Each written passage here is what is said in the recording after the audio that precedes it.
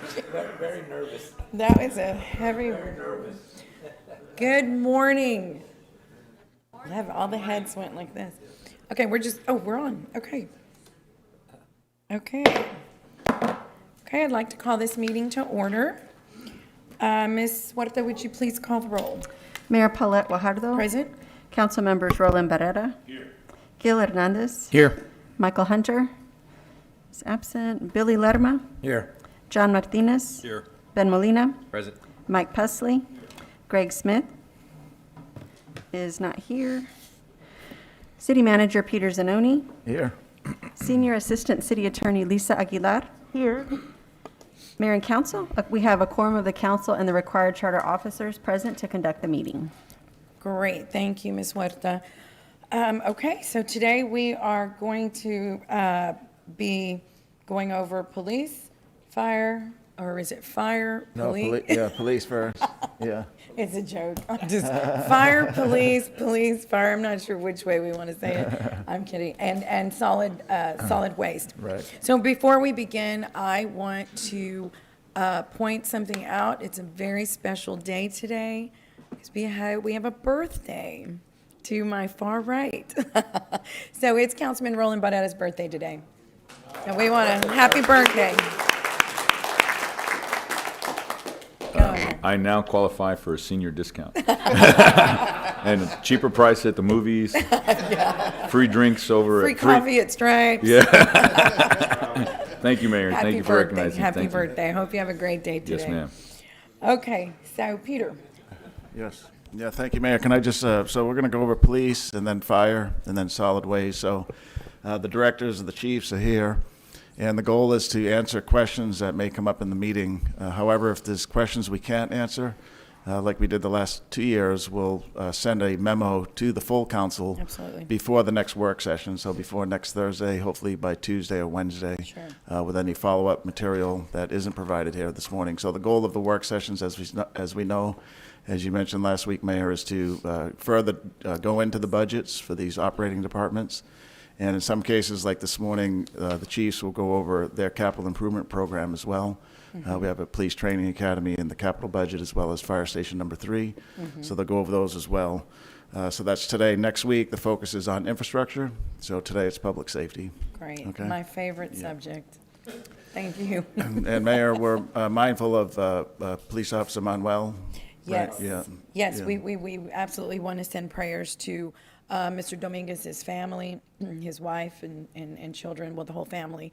And he's doing it okay? I mean, stable, I should say. Yeah, I believe so. The chief will give us an update. And I know the mayor and I are going to go see him when it's the right time. Right. And the wife as well, so. Perfect. Yeah. Yes. Thank you. Okay, so who will be Chief Markle? Great. And Pat?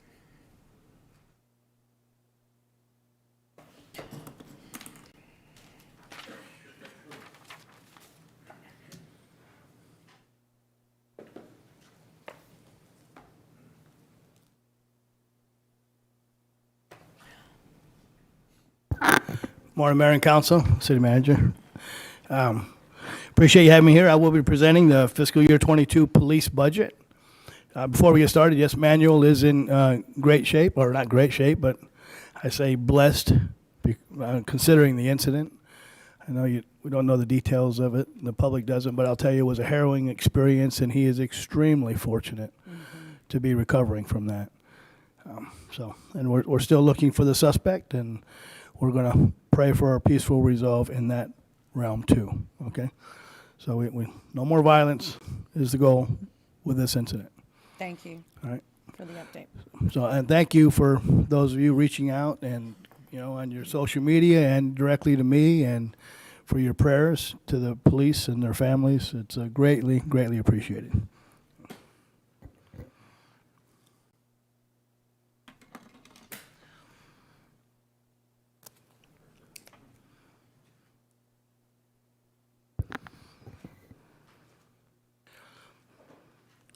So fiscal year 22 proposed budget.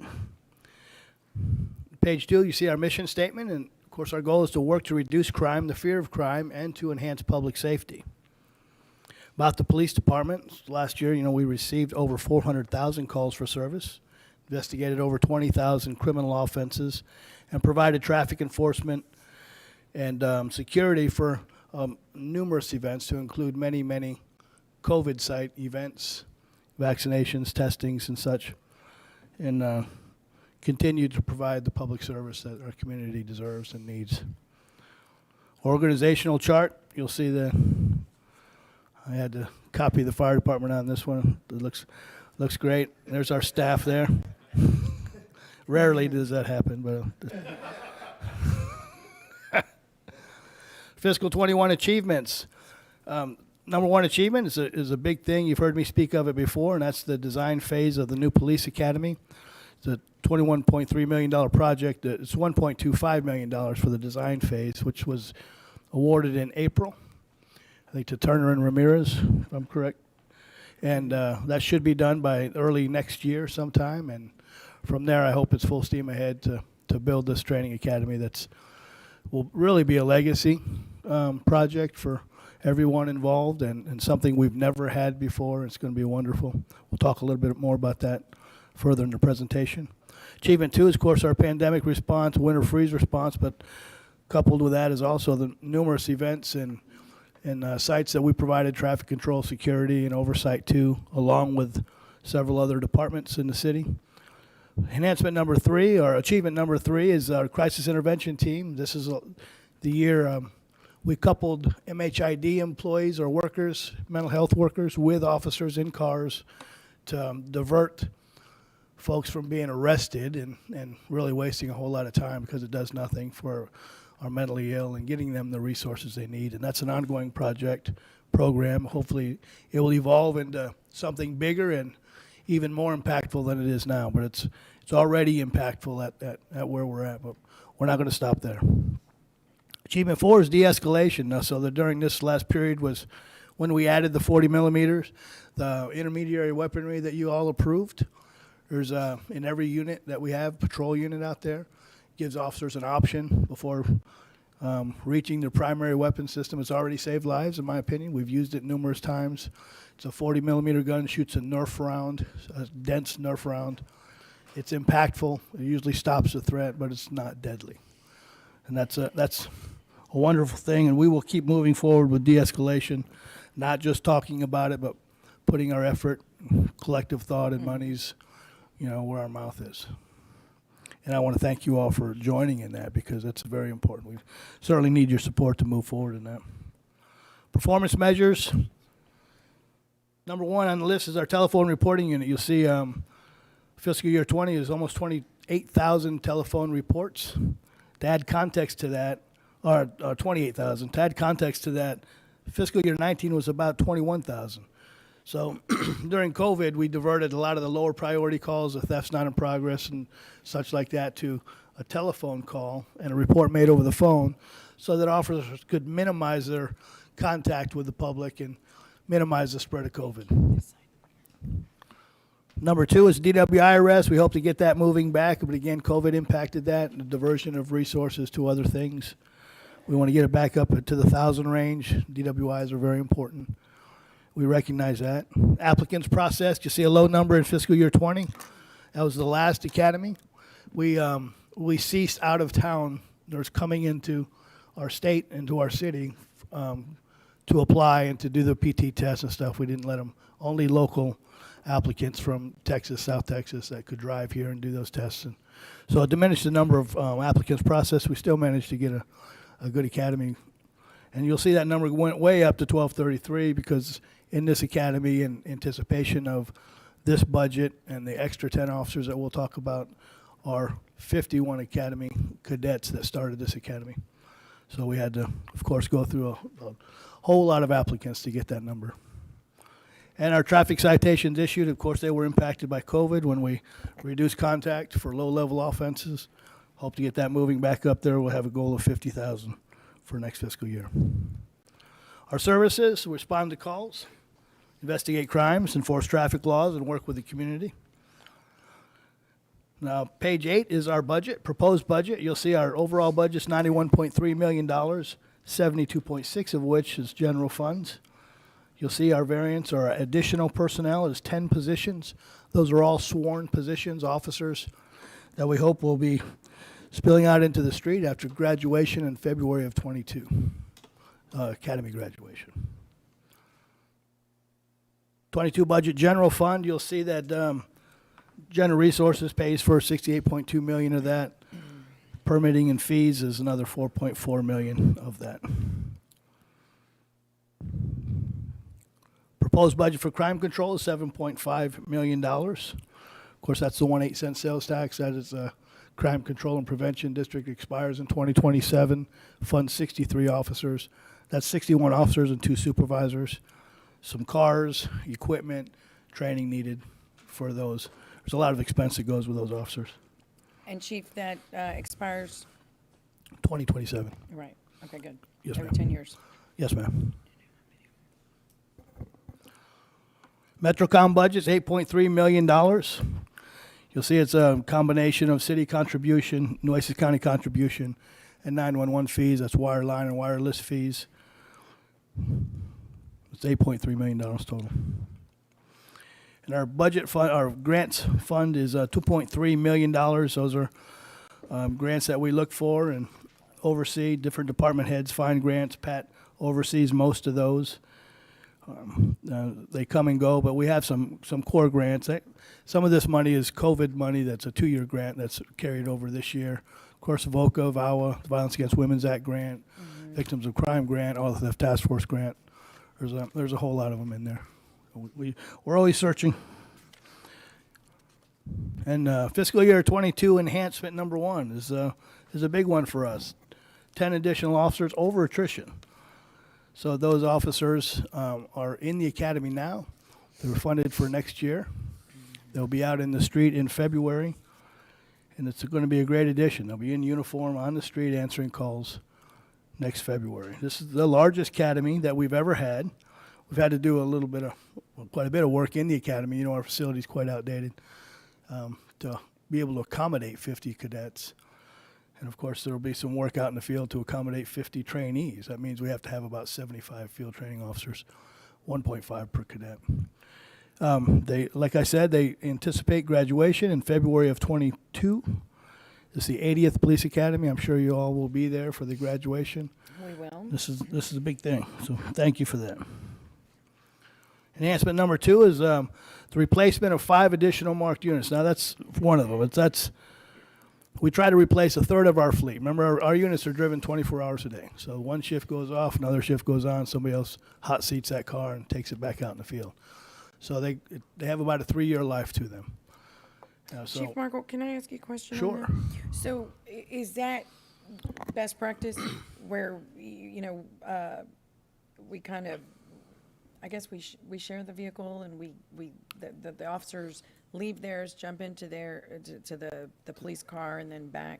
Is that how it's done? Typically, it's not the only model. There are cities that have what they call take-home units, where they issue a unit to each officer. That's a large upfront capital cost, but the life of the unit is longer, 6 to 7 years instead of 3. You have a larger footprint, if you will, of marked units in your city with the same number of officers. So there are different programs, but as I said, that's a large upfront capital investment to make that happen. Mm-hmm. But the way we do it is probably the most common scenario of how units are used.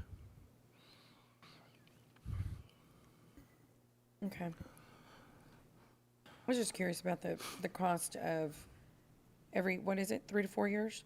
3 years is the goal. So every 3 years we are replacing, right? Every year we try to replace 1/3 of our fleet. So yes, it's a 3-year shelf life for. Yeah. Well, it used to be we'd cap them at around 100,000 miles, but now it just depends on the cost of repair. You know, as the maintenance fees increase, it becomes too much prohibitive to keep the unit. So and fleet is oversees that. It still ranges around 120,000 miles. So I'm interested in knowing, Peter, what, and this could be something for way later, I don't know, but the cost of repair, the cost of just, any kind of repair continuously goes up. So I'm just curious to see, maybe we can get some sort of analysis on what are we spending, Okay. replacing, repairing, all of that, versus how a program looks the other way. I mean, I know that's a huge, Yeah, it's a big, big difference in what we're doing, but I'd just like to see the numbers in Yeah, that, we can because I get- think it's wise to Right. know exactly what we're spending and what are the pros and cons of a program that may cost more upfront, but last longer, if you will. no, it's true. You know, there are benefits. Officers tend to take better care of their units when it's their unit. Well, and you They mentioned. last twice as long at least. And also, it's we may be shorthanded in our force, but when people also see a police car sitting in their neighborhood, that is a huge deterrent. I would be very interested to see what that does to some of our crime, stats, neighborhoods. There are some cities that go as far as to encourage their officers to drive their units to the grocery store, drive them to Really? well, yeah, because it's a marked unit, and they're I think we need to put a little focus. the other side of that is that if they're in a marked unit, they're susceptible to being called to some action, right? But that is the overall philosophical approach to that program. But yeah, we'd be happy to work on I'm some. interested to see that, if we can get a really good analysis on what that looks like, around all aspects of that. Okay. Thank you. In addition to that, there's 2 additional units, not replacement units, but additional units for for every so many officers, every 5 officers, we have to have another unit. So there's 2 units. We're adding 10 officers. We add 2 units to the fleet. So that's a total cost of $370,000. Okay, excuse me, Chief Markle, Councilman Molina has a question? Yes, sir. Thank you, Mayor. Chief Markle, I know in the past we had unmarked units in operation. Are they still They are. active? Both shadow markings and nondescript, which is totally without marking at all. And You all passed a ordinance allowing that, if you remember. Right. is there any plans to add any additional units like that? Oh, yeah, I love nondescript units. They're, everybody behaves differently when a unit's around, and when they're not around, they just go for broke, it seems like. So Yeah. the totally nondescript units are very effective. I don't have the number in front of me. I can get it for you all, but they write a tremendous number of citations and catch violators, yeah. Okay. When do you plan on maybe bringing that forward to us? For For additional nondescript unmarked units? Yes. Well, work with our traffic division, and we'll see what their thoughts are. And the Okay, need. I agree. I think it's very effective. I've seen them in action. Yeah. Not myself personally, but as I'm driving Not in your by. rearview mirror, I hope. Right? Thank you. Yes, sir. Councilman Lerma? Thank you, Mayor. Chief, how many vehicles do you have totally? Marked units 176. This will bring us up to 178. 176 Yes, sir. units. Units. Yeah, we have CID units. They're just Ford Fusions. It's another 50 of those. They're what the detectives drive around. But some of them, Yes. there's more than one officer to a vehicle, or not? Not in CID, no. You talk patrol. What marked units 176. You're adding 2, it'll be 178. And of course, your investigative units have unmarked regular plain cars. Ford Fusions used to be Tauruses. Now they don't make Fusions anymore. I think we're going to buy. What are we buying now, Pat? Edges. What are we buying? Ford Edges. Oh, Edge. Edge. Okay. Yeah. Is that SUV? No. That's a tiny SUV. Yeah. Right. Okay. Okay, Got thank you, Chief. Councilman Pusley? Kind of. Yes. So Chief, how many units would you need additional? Would it be twice as this 178 number so that officers would be able to take their units home? Well, we have about, it's probably a close number, Councilman. We run about 300 people in uniform. When you count traffic units and gang units and those kind of, and patrol. So you're looking at about 300 units roughly. Mm-hmm. I don't know what they do now, but at the county, that most of the constables and the sheriff's deputies who had patrol vehicles, they took them home. That's correct. And I think, from my perspective, the greatest part about that is the visual Visibility, aspect of correct. that, of Yes, it seeing is. those units Just out like in the us. community, because it makes a big Thank you. impact, the neighborhood I live in, there used to be 4 or 5 police officers who lived in my neighborhood, and I would tell, at one time or another, there was a police car parked in our subdivision, and I used to tell everybody, I live in the safest neighborhood in Corpus Christi, because there's always a police car somewhere visually in our neighborhood. So I think it makes a huge impact. I really It does. do. And that's part of Councilman, that is definitely part of the analysis that it should be included in that positive impact. Anyway, I don't have to tell you that. Who else? Anybody else? No, okay. Yes, go ahead. We good? Yes, ma'am. Enhancement number 3 is a aerial drone. It's for photogrammetry, and that is crime scene mapping. And what this can do is reduce number of man hours used to map crime scenes or major traffic accidents. It's I guess it uses radar technology or laser technology. It'll be a good addition. New technology is always welcome to.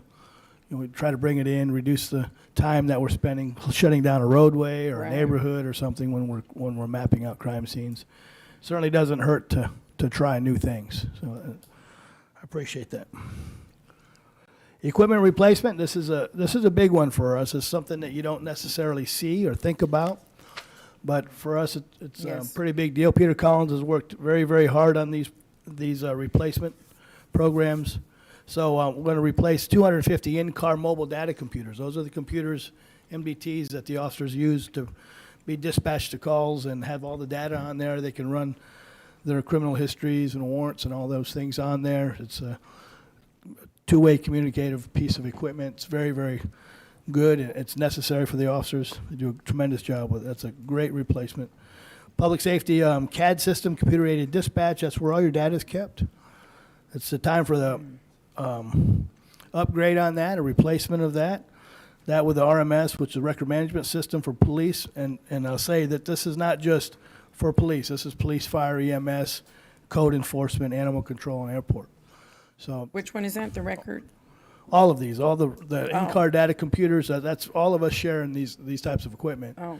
And the data storage system. So this is an enhancement for public safety and these other units across the board, and it's a great upgrade. It is a legacy program in itself because you're probably going to get another 10 or so years out of these things, and it's great that we're replacing them now. They're end of life, they're slow, so. And then storage for the servers, and that is, body cameras, in-car cameras and such. There are retention needs on a lot of that video, some of it up to 40 years depending on the crime. So if it's a sexually assault-based crime, we have to keep any kind of data for up to 40 years. So that's where the real cost is. It's a camera may cost you $400 or $500, but maintaining what you recorded for decades is a lot of money. So those are all great enhancement and equipment replacements, greatly appreciated. Capital improvement plan. This is the academy, the design and construction of the academy. As you know, and I said the design phase is in progress. I think it's at about 30% right now. And after that, another $2 million for the facility, 34,000 square foot facility, as compared to the current 8,000 square foot facility. That's a building that we acquired. It was an old shooting range where we're at now. It's going to add a host of dimensions, though, and you've heard me speak about it before. I don't want to talk too much, but it's very exciting to think that we'll have a campus, we'll have an academy campus on a college campus with access to the amenities of a college. Will be attractive to outside applicants. Will be representative of the professional city that we are, that we should strive to be. And I'm very excited about this project, and I thank everybody for coming together to make it happen. This is big stuff. It is. I've got a question on this. Yes, ma'am. And I don't know if you can answer or Peter, but can you give us just a general, of the 34,000 square feet, it's going to entail, what's the majority of that, for example? Classrooms, gymnasium, simulator room, lockers, showers. It's a full facility. We'll be able to host other agencies coming in. We'll be able to have large academies, small academies, continuous training in there. There's a track outside to run on. It's just, Is that our track or is that? it'll be our track. It'll be our track, yeah. Yeah, we can bring in Philip Ramirez as the architect of record, and we met recently with him via WebEx, but the bottom floor has a physical fitness room. There's a nice lobby. The bottom floor has some logistical rooms for some of the trainees, PD. There's numerous classrooms downstairs, like the chief said, a simulator room. There's what they have today is just one little classroom with 50, like today with 50 Right. cadets. And so there's 2 classrooms. There's amphitheater style classrooms as well. Correct. And the track will be outside, And and the it's ours. admin though, is that something that's used or will be used every day? Or is that just when No, there's an academy? Or? That's a great question. I'm glad you asked that. No, academy sessions, yes, they go for 6 months of the year, but all officers have to have continuing education. It's mandated by state. There are always class sessions in progress. So right now that happens. Right, it happens right now at Corona. Yeah, you'll see a In little, those little classrooms, yeah. Well, yeah. Yeah. Little, yeah. So yeah, we all have to have continuing education Okay, so it's a facility that's going to be in use. all the time. All the Yeah, time. You'll have staff there, yeah, dedicated staff. There are administrative offices there. A great deal of record keeping. It's all mandated, state mandates, right? So there's a lot that will happen there, and it's in a very professional way, as it is now, but in a facility that's commensurate with our standard, right? Yes, got it. Okay, thank you. Councilman Barrera. Chief, congratulations on this particular item. I mean, I think it's great. You have a reputation around the state, I learned when I went and testified at the legislature, of doing more with less. And, when I had the unfortunate pleasure of sitting in testimony of other police chiefs that were indicating this defund the police bill, of how it would adversely affect so many different, I guess, police forces. And the reason I bring that up, and maybe this question is for Peter, is the legislature was, if say for example in our case, and we're in have this capital investment to improve on our organization because it's much needed, then we could be penalized the following year, because at that point that we're not utilizing the same investment, and it could be perceived as defunding the police. Have we looked at that? Are we conscientious? I know that Tammy had indicated that they were there was a Justify it through waiver. exception, yeah. There were waivers or exceptions that could be made, and I just want to make sure that we touch on that, so that way we don't hurt ourselves in the future. We obviously want to do this, and we don't want it to be discouraged, but that Right. was the unfortunate unforeseen consequences that Right. No, we've been working with Tammy on every step of the way on the police budget for that reason. So we'll look into. There should be some type of an exemption or exception. And Yeah. what's that? Yeah, for capital. So we'll run that by Tammy. We'll let you know. I'm not sure capital's included though, is it? And this capital investment is included in the regular funding, but there is room, I think, for a rebuttal for, based on an exception. Okay. Well, excellent work, and like I said, your reputation, the community has a reputation, and that's for you and your team, so thank you very much. Thank you, appreciate that. Yes, sir. Councilman Pesley, did you have a question?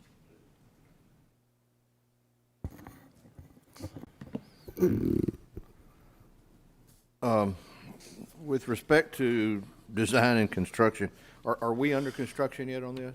No, it's just No. design phase, Just Councilman. design It'll phase, go yeah. out for bid next year. Okay, When that's the what- design phase is done and you all choose to move to the next step.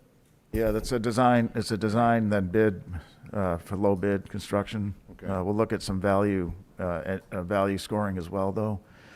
So it's about probably 30-40% design at this point. Correct. Yes, The sir. design should be finalized by January, February of this coming year, and then we'll put it out for bid.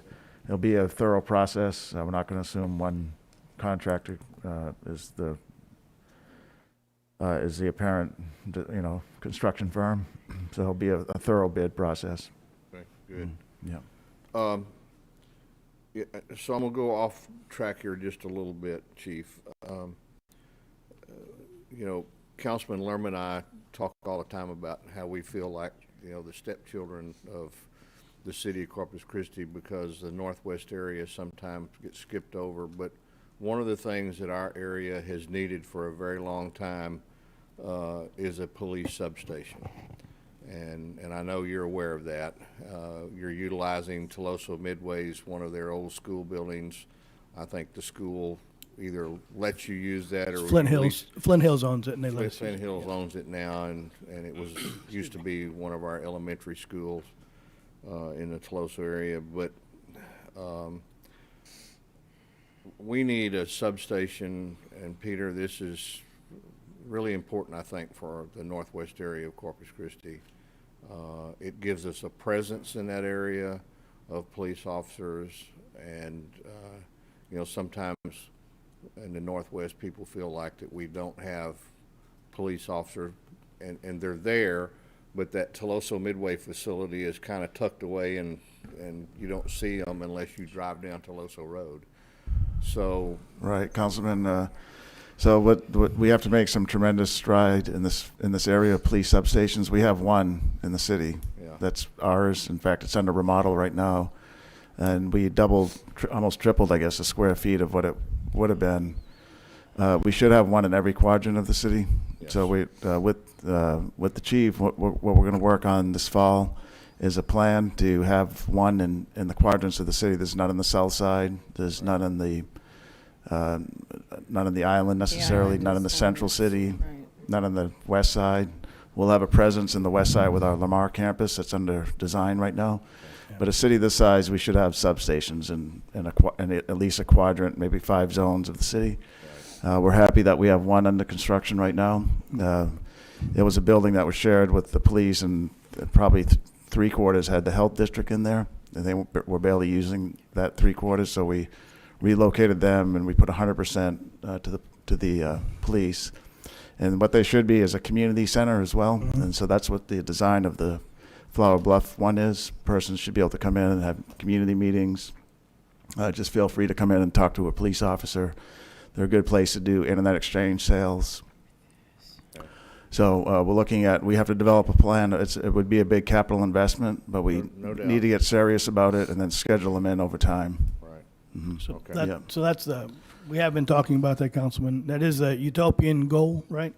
So what we have, Flint Hills, for example, public's not allowed in that building. So that's the agreement with Flint Hills, that only uniformed officers can go in that building, which I love them to death. It's great that we get to utilize it. But the goal, the vision is to have a substation that's open to the public.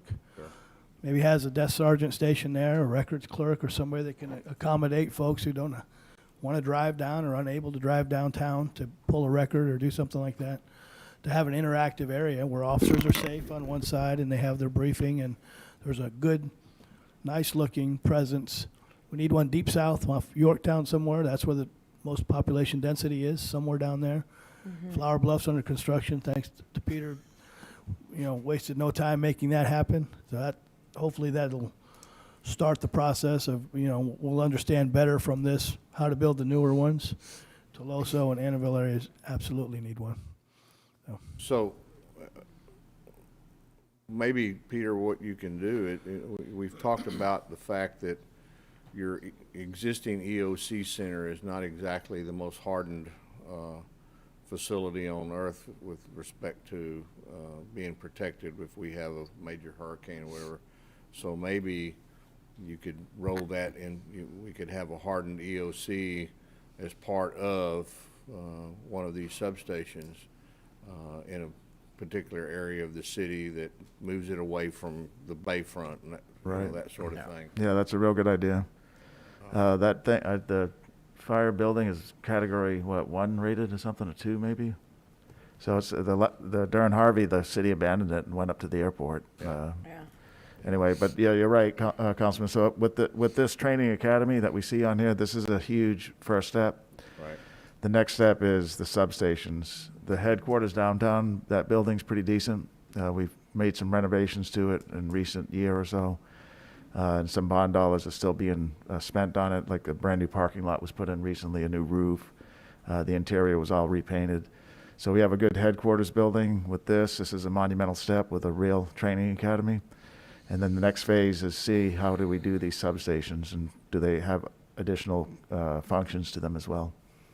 It's going to take money and time, but I think we can develop a plan. We should have had one a long time ago, right, in a city this size. But so that's something we'll work on with the chief as we progress forward. There'll be a policy issue for this council because there'll be something we'll have within these next 12 months. Yeah. A strategy. Okay. Okay, and one last question with respect to the budget here, and Peter, I've brought this up before, simply because I don't quite understand how the city doesn't include your grant money under the revenue side of your bookkeeping here. It's always been in most all of your departments, not just the police. You don't carry the grant money as part of the revenue side of your bookkeeping, and I had some discussion about this early on here at the council and about how we treat grant money here at the city, and so I'd like to just hear an explanation of why we don't carry that on the revenue side. Yeah, we do, Councilman. So like on slide 8, we show the grant funds for the current budget year and then 2022 as well. They're accounted for separately. You know, they're in a separate accounting category or bucket, if you will. Right. But we have 2.3 million in grant funds shown in the budget column. Okay. And it's part of our total budget of 91.3 million for the police department. If you guys can put that slide up 8, please. And then, so the general fund, 72.6, yeah, right there, you can see the general fund 72, you can see that grants fund close to the bottom there. Right. So that adds to the total of 91.3 million. Well, see, I didn't get to see, what I was looking at was what's in our budget book. Okay, well, the grants are in a separate section in the budget book, Eddie? Okay. Yeah. Eddie will tell us where they are in the budget book exactly, but.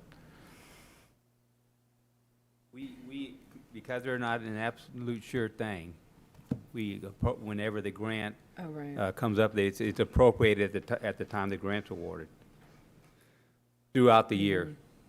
Right. When the grant is, No, some of them they've been getting for 25 years, but it's not a certainty. So when they come up during the year, we appropriate the money. No, I understand that, but there are a lot of things that you put in your budget that are not certain. Right, And that's right, why they sure. call it proposed budget, but I've always been a little concerned about the fact that we don't carry that as part of our proposed revenue side of our budget stream, but no big deal. Hey, Councilman, we'll take that into consideration for the next budget, but one I thing. mean, it is revenue at the Well, it's bottom revenue, line. right, it's revenue and expense. It's like in the police department, 2.3 millions, that's Yeah. good money, so. One key thing on grants is, in the budget, is a new grants writer and really coordinator to help us with grants overall. Right. Across the whole organization, so that person can help us with the representation of the accounting. It's in the accounting system, it may just not be listed in the budget book per se. But it's accounted for, but we probably need to do a better job at displaying it. Okay. Yep, thank you. All right, very good. Thank you. That's all I had. Councilman Lerma? Oh, I'm sorry. I heard, Councilman, you do have a question or no? Councilman Lerma? Push the red. Oh, okay. Yeah, press the green. Okay, Councilman Hernandez. With regards to grants, again, this is something I know I've brought up on occasion simply because we don't have visibility to it. Even in the line item budget, it's not necessarily considered part of an expenditure until you actually get the funding. So when we see the council agenda item, the funding comes from a grant, but we don't have any visibility to it. Is what I think some of the issue is that we don't see where that money's coming from or how much is there, or I'm assuming you have to expend it within a certain amount of time for that grant money, but we don't have any visibility to it at all. So I express the concerns that Councilman Pusley is also mentioning in terms of grant funding and how do we account for it and the visibility it has to council. I've never been able to track it. Okay, thank you. Okay, thank you, Councilman. Go ahead. You had a question Yeah, you know, concerning we were- substations? Yes. yeah, what I'd like to see, I know, and obviously it doesn't have to be now, but just because this came up, is exactly what the purpose and what exactly happens, or what processes or what things are included in a substation outside of, you know, the vehicles coming and your I mean, your what's a shift substation begins. for? Yeah. Well, Well, it's- yes, because you mentioned administrative, and you mentioned we should have some, I just would like to see, okay, what does a substation, and we don't have to do it now, but what does that entail? Well, that's a good question. We should talk about it a little bit since you brought it up, but. Well, because I'm looking at that, well, in my mind, I'm thinking, you know, and again, I see this as for later, but the vehicles per police officer versus that's an investment, not only in the vehicle, but in our neighborhoods. And I'm really excited to see how that looks, that analysis, versus an investment. Not that we couldn't do both, but we're talking, you know, it's a pretty big investment, probably can't. The substations, not that I'm not for substations, but they do intertwine in terms of what they deter.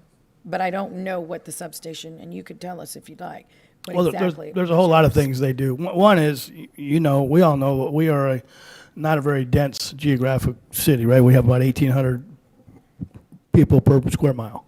So we are spread out, 3 miles wide, 50 miles long. So we can't all report to one station. Plus, we don't have one station that could handle Right. 460 officers coming and going. We don't have it. Substations are meant to be community-based, different areas, split up throughout the community, accessible to the community, a footprint or presence in that community. It's where officers go to exchange information. They have briefings.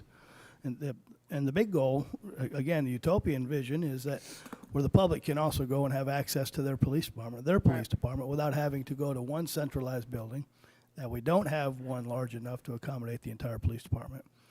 So you're always going to need substations. Yeah, it does. Regardless if you have a full I'm sorry, Peter. No, go ahead. A full implementation of take-home units. You'll always need substations. You'll need briefing rooms. You'll need rooms to go in and problem solve. You'll need you should have area for the community to go to, have access to. There's a lot of services the police provide the community other than just responding to calls. So right now, we have substations. We have Sir. a substation is a little more than a briefing room. Right. They go in, Right. supervisor tells them the hot ticket of the day, gives them their keys, and they go to work. That is not ideal, and that is not best practice. And if you look at most cities that are mature cities around the nation, you'll see they call them precincts, right? Right. But those are substations. But the precinct model is old. It's tested. It's a very good model. We should be projecting into neighborhoods. We should just like a fire department. We should have. Well, yeah, it's probably like the comparison to the vehicle. It's not going to have that type of projection into the neighborhood, but it's a business. It helps run the business, so that when the officers are checking in for their shift, the No, briefing he's talking I about, know. the I roll mean, call I've been takes to place. Greenwood, Right. You know, but what Yeah. are the substations we have currently? I know they're not ideal to what, Yeah. but what are they? How many do we have? I mean, We have one main station, 3 substations. We have Toloso is just a room. That's a room given to us by Flint Hills from an old school building. That's not ours, and that can go away in 30 days. They only have to give us 30 days notice Right. to vacate that building. It's not a good place to be. We do need a building out in Toloso Right. area. We had Flower Bluff, Right. which was a little room, was part of the old library, but that's going to be turned into a full facility Right. precinct substation. And we have Greenwood, that was a warehouse for our large vehicles, and we added on Right. some office space mid-project to host a substation. right. Okay. But the Flower Bluff will be the only one that's going Right. to have multiple functions. Right. Even a place for an Greenwood's not officer there. to go to take a break or fill out a report. Today, they don't even have that. Or take a shower at the end of the shift. That's true. It's part of this is quality of workplace for the officer. Substations it's a good place to be able to do things that you have to do to get the job done that you can't really do in a vehicle, or you don't want to have to drive all the way downtown from Kyle Island to do something. It's not efficient, the setup that we have. And police departments are rarely one building, unless it's Yeah. a very, very small town. You know, a city, we're a major city. Like I joke, we don't like to admit it to ourselves, but we're a major city. And we should be like, we should act and look like major cities. Right. Right? Our police department has many buildings, right? Big footprints throughout your city. Right. Okay. Yes, ma'am. Councilman Molina? Thank you, Mayor.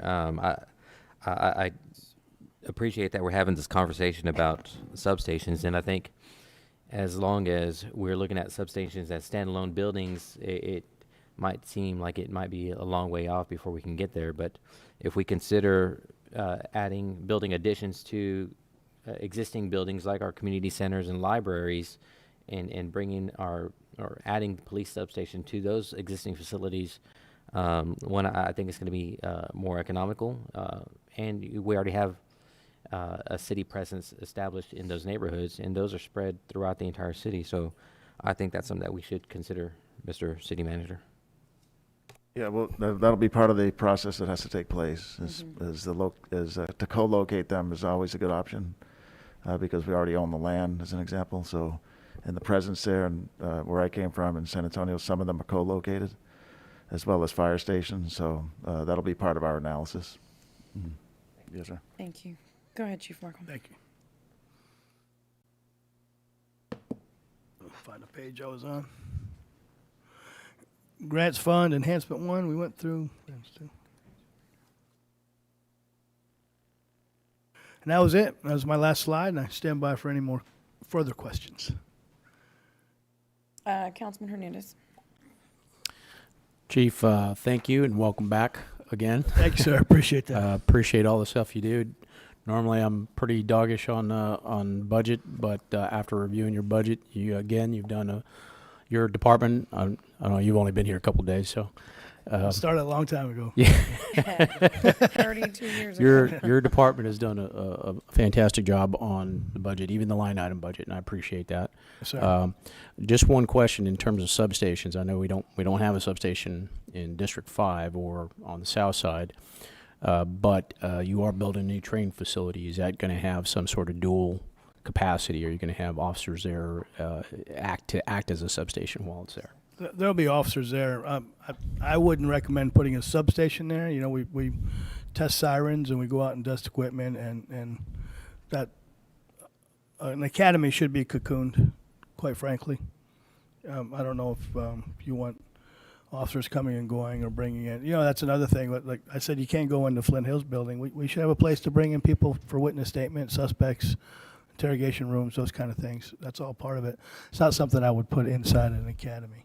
Okay, so if you're looking at this, so I mean, this is something for future capital outlay, right? Yes, sir. Down the road. In terms of doing substations, or you know, maybe one in each district, but not every district is ubiquitous in the sense that you may have different aspects of it. Like for I would say like District 4, since Councilman Smith isn't here, he has the island, Flower Bluff, and a portion of the town, right?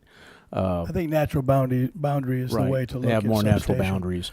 And as to where, not council districts or reporting Right. districts, but natural boundaries. The freeway, the OSO, the industrial Yeah, area. I- Those are I all would, natural boundaries. something along those lines. I don't necessarily think it needs to be district centric. Correct. But at least have some sort of, like Councilman Molina was saying, some sort of synergy to where we can, have a single building with multiple functions, or, like there's no senior center in District 5. So, And I would welcome all ideas. I think it's right. just, I'm happy that we're even talking about it. It is down the road, but it's something that I'll gladly have a good conversation over. okay. Thank you very much. Thank you, sir. And Chief Markle, what's the percentage of officers that we lose after we bring them on? and train? In what way? We New average officers? we average 1.5 a month. No, on I average. mean, you bring on Oh, X you amount mean of officers, in we the train academy? them, and then you lose them a year and 2 years in. I mean, I don't know what the end part is, but I know we lose them. Average, we on a 25-person academy, we'd average about 4 losses. 50-person academy, I expect 8 to 10 losses throughout the next year, through the first 18 months. Academy, 1-year FTO program. But let's say after they're done, you bring them on. Then it's an average rate of 1.5 a month. There are younger cadets leaving. It's a part of the, we've all had the millennial management training and all those conversations, but it's true. It's on leave, those- so like between year 1 and 2 and 3, do you lose some officers? Yeah, we lose some, but on the counter of that is that, remember, we, in the contract, and you all work to allow rehires, right? Laterals, so. We're just wondering about the people leaving at Right. that young. No, at that- I understand, but I'm it's talking about it's a, people leaving, Chief Markle, that go elsewhere. We train them, And and they then go they go elsewhere. down up to wherever and make more money. And my reason for bringing this up is how how do you feel, I don't know if it's a best practice or not, about maybe contracts when a police officer comes on, you've signed a contract for, 5 years, for 2 years, for 3, I mean, I don't know. It's based on what you're losing and how our police department does in that aspect. we've had those conversations before. I don't think, and I don't want to speak like an attorney, but I don't think in Texas, it's a right-to-work state that you can keep somebody captive. You probably can hold them to accountable if you have a sign-on bonus or something like that, and they leave before a term agreed upon with a sign-on bonus. But coming and going has always been a problem. We've talked about contracts coming on and with our legal. It hasn't been for some years, but it's always been discouraged. It's been discouraged? Yeah, To do a I don't contract? think it can hold up, and maybe Scotty can speak more of it, or legal can speak more of it. But it's Scott been a can. conversation that's not gone too far. I just, and I guess without knowing, Peter, I'd like to know what those numbers look like and what cities do contract. My understanding, and again, I don't know, I've not looked into this, but what I've heard is that a 2-year contract is somewhat of a best practice, or could be. I don't know. I've not seen that, but Yeah. there might be a city or two that does that, but I'm not aware of any chiefs that do that or have that. So. Yeah, well, Mayor, we'll look into that for you as follow-up. But if we think about everything we talked about this morning, quality of workplace is critical to keeping any employee, whether it's a police officer or civilian. So Right. that's why amenities beyond just pay are critical, making sure they have good vehicles, good equipment. This department's done a great job in replacing all the frontline equipment for police officers. They have brand-new radios, brand-new terminals in I their agree. vehicles, brand-new vehicles. So some gaps include these places where they can congregate, facilities like gyms, other benefits. We have good uniforms, that type of thing. So the workplace has to be enjoyable. I agree. And so that's something we're striving towards. But we'll also look at this contract concept that you're talking about. Well, Yeah. it's not just the concept. What are we losing? right. And there is a side to this that is probably not favorable to the city, to the department. And that's all I'm asking, is what are those numbers? Because they do exist. And then we look at maybe together doing both those things, because you're absolutely right. You have to provide, the right home base, if you will. So I agree with you completely, but I'm curious as to what those numbers are. Councilman Molina. Thank you, Mayor. Going back to the drone that you've included here. First, I'm glad that we're moving towards that technology. I think it's a great idea, and there certainly are benefits. Do you plan on hiring an extra person to operate that drone, or is that something you're going to have someone in-house trained to do? In-house, we already have 2 or 3 licensed pilots. You have to have a license to fly those things. Yeah. So we'll train in-house personnel or get them trained and certified. Okay, yeah, I think that was really my only question, and I know that moving forward, I'm anticipating that we'll probably end up in the future buying more drones public safety, not just in our police, but also fire departments. So I'm glad we're moving in that direction. Peter, I think that as drones and this type of technology becomes more prevalent, that we may need to even in the future prepare for or budget for additional licensing and training, and maybe even creating a separate department that would manage these drones for all the departments that we're going to end up using them for. Anyways, that's just something to consider for the future, but I Appreciate appreciate that. it. Thank you. And this, by the way, is we purchased a real neat drone here not too long ago during COVID. It has FLIR and all those things for finding missing kids in woods or whoever. Our suspects can stream data, video. I showed it to Peter, and we made it happen because we needed it at the time. So it can stream video data directly into a command center. It's great. So there's a lot of technology out there. Yeah, I didn't even. We're going to keep looking and enhancing. No, that's great. Yeah, thank you. Thank you. Councilman Pusley. Hey, Chief, I don't think we're done yet. Yeah, one more question. Councilman Pusley has a question. Yeah, not so much a question. I just, Chief, again, thank you very much. This is, I too looked through this line item by line item. You've done a great job putting this together, and I have Pat. I have Pat and her team. there you go. Yeah, 40, Pat, 40 thank you very 43 much. years on the Yes. department right there. Yeah, So. yes.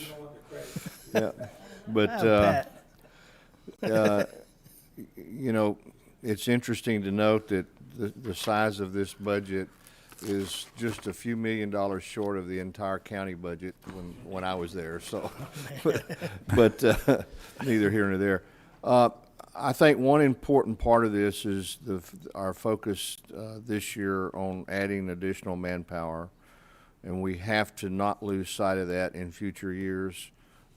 I think that whole part of a growing city, and we now are a major city, this community has to make the financial investment to providing the necessary police and fire protection that we need across the board. And this needs to be a goal of this council and this community for future years. And I think the more we can exemplify the police presence in our community, it just provides an additional safety factor and an additional goodwill in our community to know that our police are in the community, they live in our community, they aren't an invisible force, they are there, and I think that's really important. So it's certainly something we need to continue to focus on. So thank you very much. Oh, thank you. And that's manpower. Oh, yes. Don't get me started on manpower, Councilman. That's been the focus since 2016 and prior. Okay. Mayor, before Chief Rocha, we're going to go into fire next, but before Chief Rocha presents, I'd like to recognize our two union presidents that are here with us, Johnny Stobbs and Scott Leeton. Yes. Thank you for being here. You know, we did some rating agency presentations this last week, Constance and a couple of us. And all three rating agencies asked us, how was our working relationship with the unions? And how did our last contract negotiations go? It's an issue that cities struggle with.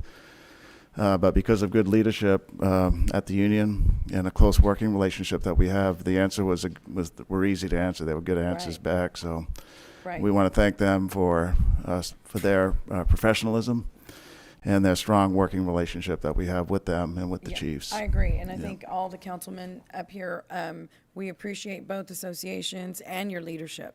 And again, it's so nice to see you guys back there again. You know, and speaking of recognizing, I also want to recognize, and you mentioned Constance, and I noticed Dimitri, her son, who is going to be a junior at UTSA and studying finance.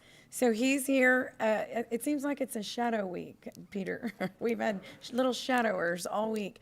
So anyway, Dimitri, welcome. Welcome. We're very proud of your mother and what she does, and that's wonderful that you're going into finance. Oh, God, you're embarrassed. I know what Jude would be saying right now. He would, yeah, yes. Anyway, good job. Yeah, Dimitri comes in, CFO in training. Welcome, anyway.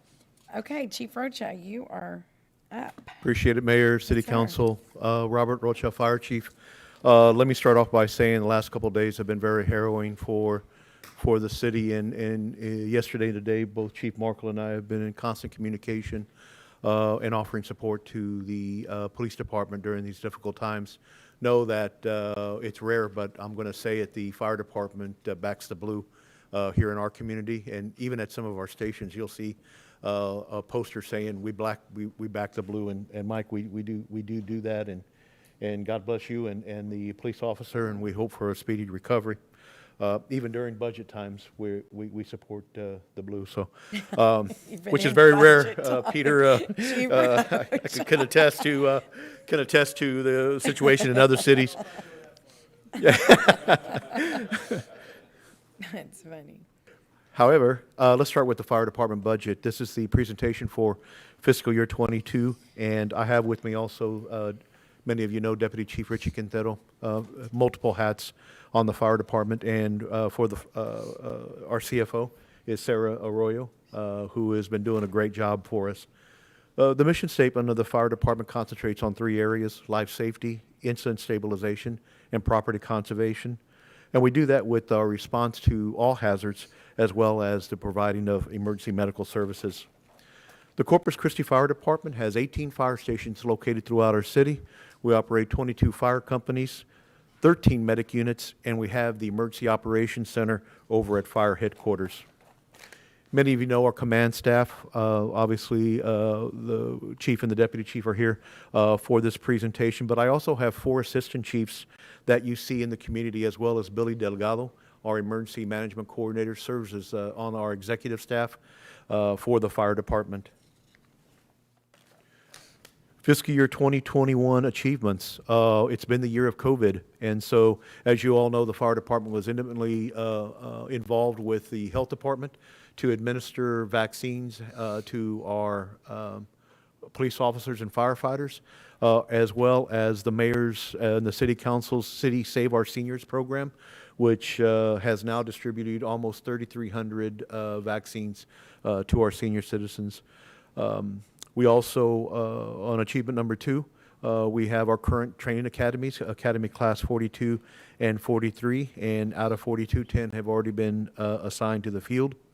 Achievement number 3 is the AMBUS. We accepted the AMBUS in our community, and it has already been busy. It was deployed yesterday to the police-involved shooting, and it involved support for police officers and firefighters who were out working the scene. Achievement number 4, I want to remind council, was that we did hire a fire protection engineer, and with that, we were able to reduce our turnaround time from our plans from 7 to 10 days to 1 to 2 days, and I think you all contributed to the success of that, and I appreciate the support that we got for that fire protection engineer. Our performance measures concentrate on a variety of different items. Fire inspections done by our fire inspectors, but also our arrival time to structure fires and to medical calls, the number of structure fires we respond to, as well as the number of EMS calls. Currently, EMS occupies around 75% of the total call volume of the Corpus Christi Fire Department, and we envision that trend to continue. As you know, the services that we provide, I kind of talked about them. Our mission statement is very reflective of what the services that we provide, but it's a response to fire, hazmat, technical calls, our response to emergency medical calls, our fire prevention, education, inspection, and investigations, as well as our city emergency operations center. Let's talk about the budget. This year's budget is the biggest budget that the fire department has ever had, $72.4 million. The bulk of that is dedicated to the fire department, as well as a small portion being involved with our local LEPC. Currently, it is proposed that the sworn number of firefighters be increased for the first time in the 10 years that I've been here, from 414 to 422. We are dropping one civilian position that was over in the Emergency Operations Center in a communications PIO, and that is going to be housed over at the Communications Department here in the city. This pie chart reflects our revenue that we receive. The bulk of it does come from general fund money, 88%. However, 10% does come from fees collected from medical transport, TASP, and other fees that we do have throughout the city. Slide 10 is our LAPC budget. The bulk of it is in publication and communication, but a portion of it goes to Reverse Alert. Reverse Alert is our emergency notification system that we have already over 25,000 subscribers to Reverse Alert, which is a good number. We'd like to have 325,000, but obviously we're going to keep trying to increase those numbers for subscribers that use Reverse Alert. Let's talk about the enhancements that are going to take place. And one of the things I'm very appreciative to Peter and to Michael is that we have been hiring on a consistent basis over the last few years now. And there was a stretch of time when I first came to the city of Corpus Christi where we weren't hiring yet. We were losing anywhere from 15 to 20 firefighters a year and put us in a deficit. Peter's allowed us to catch up with that. And for the first time in at least the time period that I've been here, the fire department will have all of our sworn fire department positions filled. And that is a big thing. And I want to thank the mayor and the city council. But Peter, to you, thank you for allowing the fire department to execute the plan that we have in place in order to staff our fire stations. And that is coming to fruition. We're scheduled to begin that class in January of 2022. It addresses our current and anticipated vacancies with the general overall reduction in overtime. So we will see that. Academy Class 42 will be graduating by September 2021. We will have a graduation ceremony also, and hopefully we'll be able to do it in the public, invite family, our local elected officials, and our city government entity to attend that. I do want to talk about the Fire Academy because there have been some questions with regards to that. And just like the police department, we have direct control over all aspects of our cadet training. Even though it's housed over at Del Mar College, we maintain the schedule. We direct Del Mar as to the time period that they're going to be in. And it's a great relationship that we have with Del Mar. We have been working with Del Mar for the last 20 years to train our firefighters and our police officers. And we're able to enjoy a 100% pass rate for our paramedics and for our firefighter certifications. Now, the important part of this is that these programs are accredited through Del Mar College, through the National Commission on Accreditation on Allied Health Education Programs. It's a preeminent accreditation program that's used throughout the country. Cadets receive college credit hours, so during the time period they're in college at the Fire Academy, they're getting college credit hours to go toward an associate's degree in fire science or in emergency medicine. Now, I will tell you that they can obtain up to 35 to 40 college credit hours toward their degree. And as you know, an associate's degree requires 62 credit hours generally for somebody to graduate with that. So the good thing about it is we're providing solid training. It's accredited, but it's going toward a degree. And so we work with our firefighters with regards to that. And the state offers tuition waiver for any firefighter going to school, whether it's in the Fire Academy or they're going through it as a firefighter to finish their degree. Del Mar College waives their tuition so that they can go and achieve that associate's degree.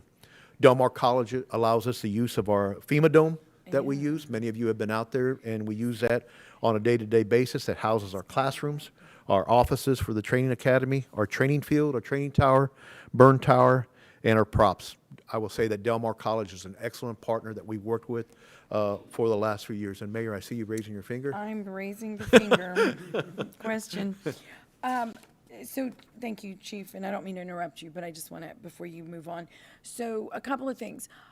How long does it take for, beginning to end to become in school? Great. And I have that as one of my bullet points. It used to be 22 to 24 months was the original time frame. That was for somebody to go through firefighter certification that is recognized by the Texas Commission of Fire Protection, but also the paramedic, which is the longer of the courses.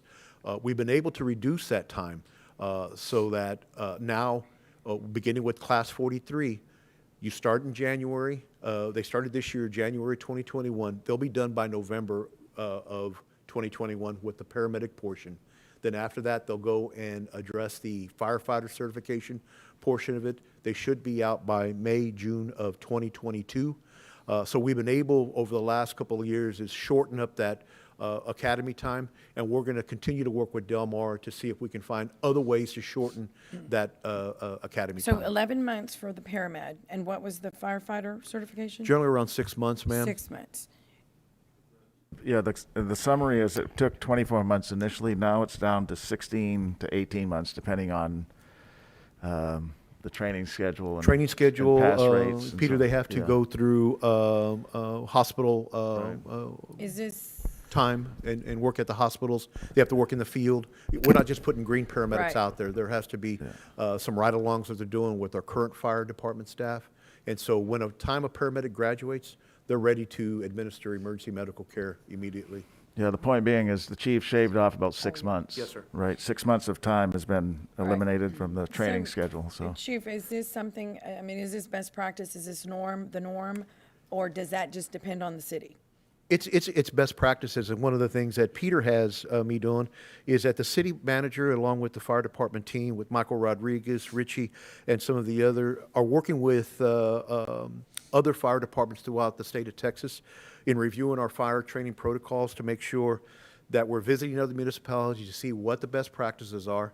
Michael and I have already taken a trip up to San Antonio. We got some really great ideas that we want to implement there. We had some great ideas for them that we see them wanting to implement. So we're recognizing best practices, and I can tell you, Mayor, as a fire chief, familiar with many departments across the United States, the model that Corpus Christi has with our paramedic is the premier model. It is the model that many departments want to get to or achieving, they're trying to get to, but none have been able to replicate or duplicate what Corpus Christi is So doing. they're not all paramedics in other cities? Many departments don't even do medical transport. Many departments offer basic EMTB response. It's not the level that our citizens are getting, that top quality level of paramedic training, paramedic response Right. that our firefighters are Right. giving. No, I agree. And so that would lead me to, what do your numbers look like in terms of, our firefighters leaving? Once we train them and they come in, how is that? We've in actually your seen a world? decrease, Mayor. When I first came, there was an attrition number of many people who were going through the firefighter paramedic program and then leaving for other jurisdictions. We see less and less of that now because of the better benefits that have been negotiated over the past few years. The understanding that when somebody comes to work here, that you're going to work on the ambulance part-time, 50% of the time you're going to work on the ambulance, 50% of the time you're going to work on the fire truck. So the expectation of an employee is known up front, so that when they sign up to work for the Corpus Christi Fire Department, they know what they're getting into. We do have contractually a methodology to recoup some of our costs if somebody decides to try to come to our jurisdiction, take part of our great fire academy, and then leave. We're able to recoup some of that money back from them that's located in the contract. But we don't have contracts, like what we were talking about with police? Correct. We do not? The only contract we have is the negotiated agreement between the Firefighters Association and the city. Okay. And since we're going to be looking at police, Peter, would you also look at those numbers in terms Yeah, of? we'll add both on, Mayor. I do know that initially, or I say initially when since I've gotten here, that was very much, that happened quite a bit. We're seeing And less so and less. I'm glad to see that we're seeing less. Thank you, Chief Mayor. Rocha. Thank you, Mayor. Yeah, we're seeing less and less. Anybody that is leaving academy generally is leaving because of poor performance or, Right. can't handle the work. Okay. Councilman Martinez? Chief, what is the method of recouping the money Yeah. that is spent in the training when they do leave? In the contract, it's generally the cost of the training that was provided. I can't go after their salary and benefits, but I can go after the costs that the city pays Del Mar for the classes. And so that's the part that we attempt to recoup From the cadet? from the cadet. Okay. Yes, sir. Chief, just let me repeat too, and it's on your bullet point, but I have asked the chief, we put together an interdepartmental team, if you will, to study best practices when it comes to the training academy, duration of time and the training academy overall curriculum, that type of thing. I know Councilman Hernandez brought this to my attention 2 years ago about the time that it takes, but we've already shaved off 6 months, and we're going to continue to look over these coming months across the state of Texas as to what is the best setup and replicate those areas that we may not be doing, but we know that are best practice. But as the chief said, we have a strong setup right now with Del Mar, 20-year agreement that has been in place, and we made improvements to how we train our firefighters already. And thankful to you, you, Peter, and also Councilman Hernandez for really pushing. We're going to continue to push the envelope to see, but what we want to do is we want to provide the best possible employee that we can. And the last point I want to make about the Fire Academy is that it promotes this culture between the Corpus Christi Fire Department in the environment of having higher learning, higher accredited learning provided by Del Mar College. We have a couple more questions. Chief Rochak, Councilman Molina. Thank you, Mayor. Chief, thank you for the information. Do you have an idea of what the cost is to put a cadet through the training academy? Yeah. I'll let Deputy Chief Richie Quintero answer that question. We have those figures calculated.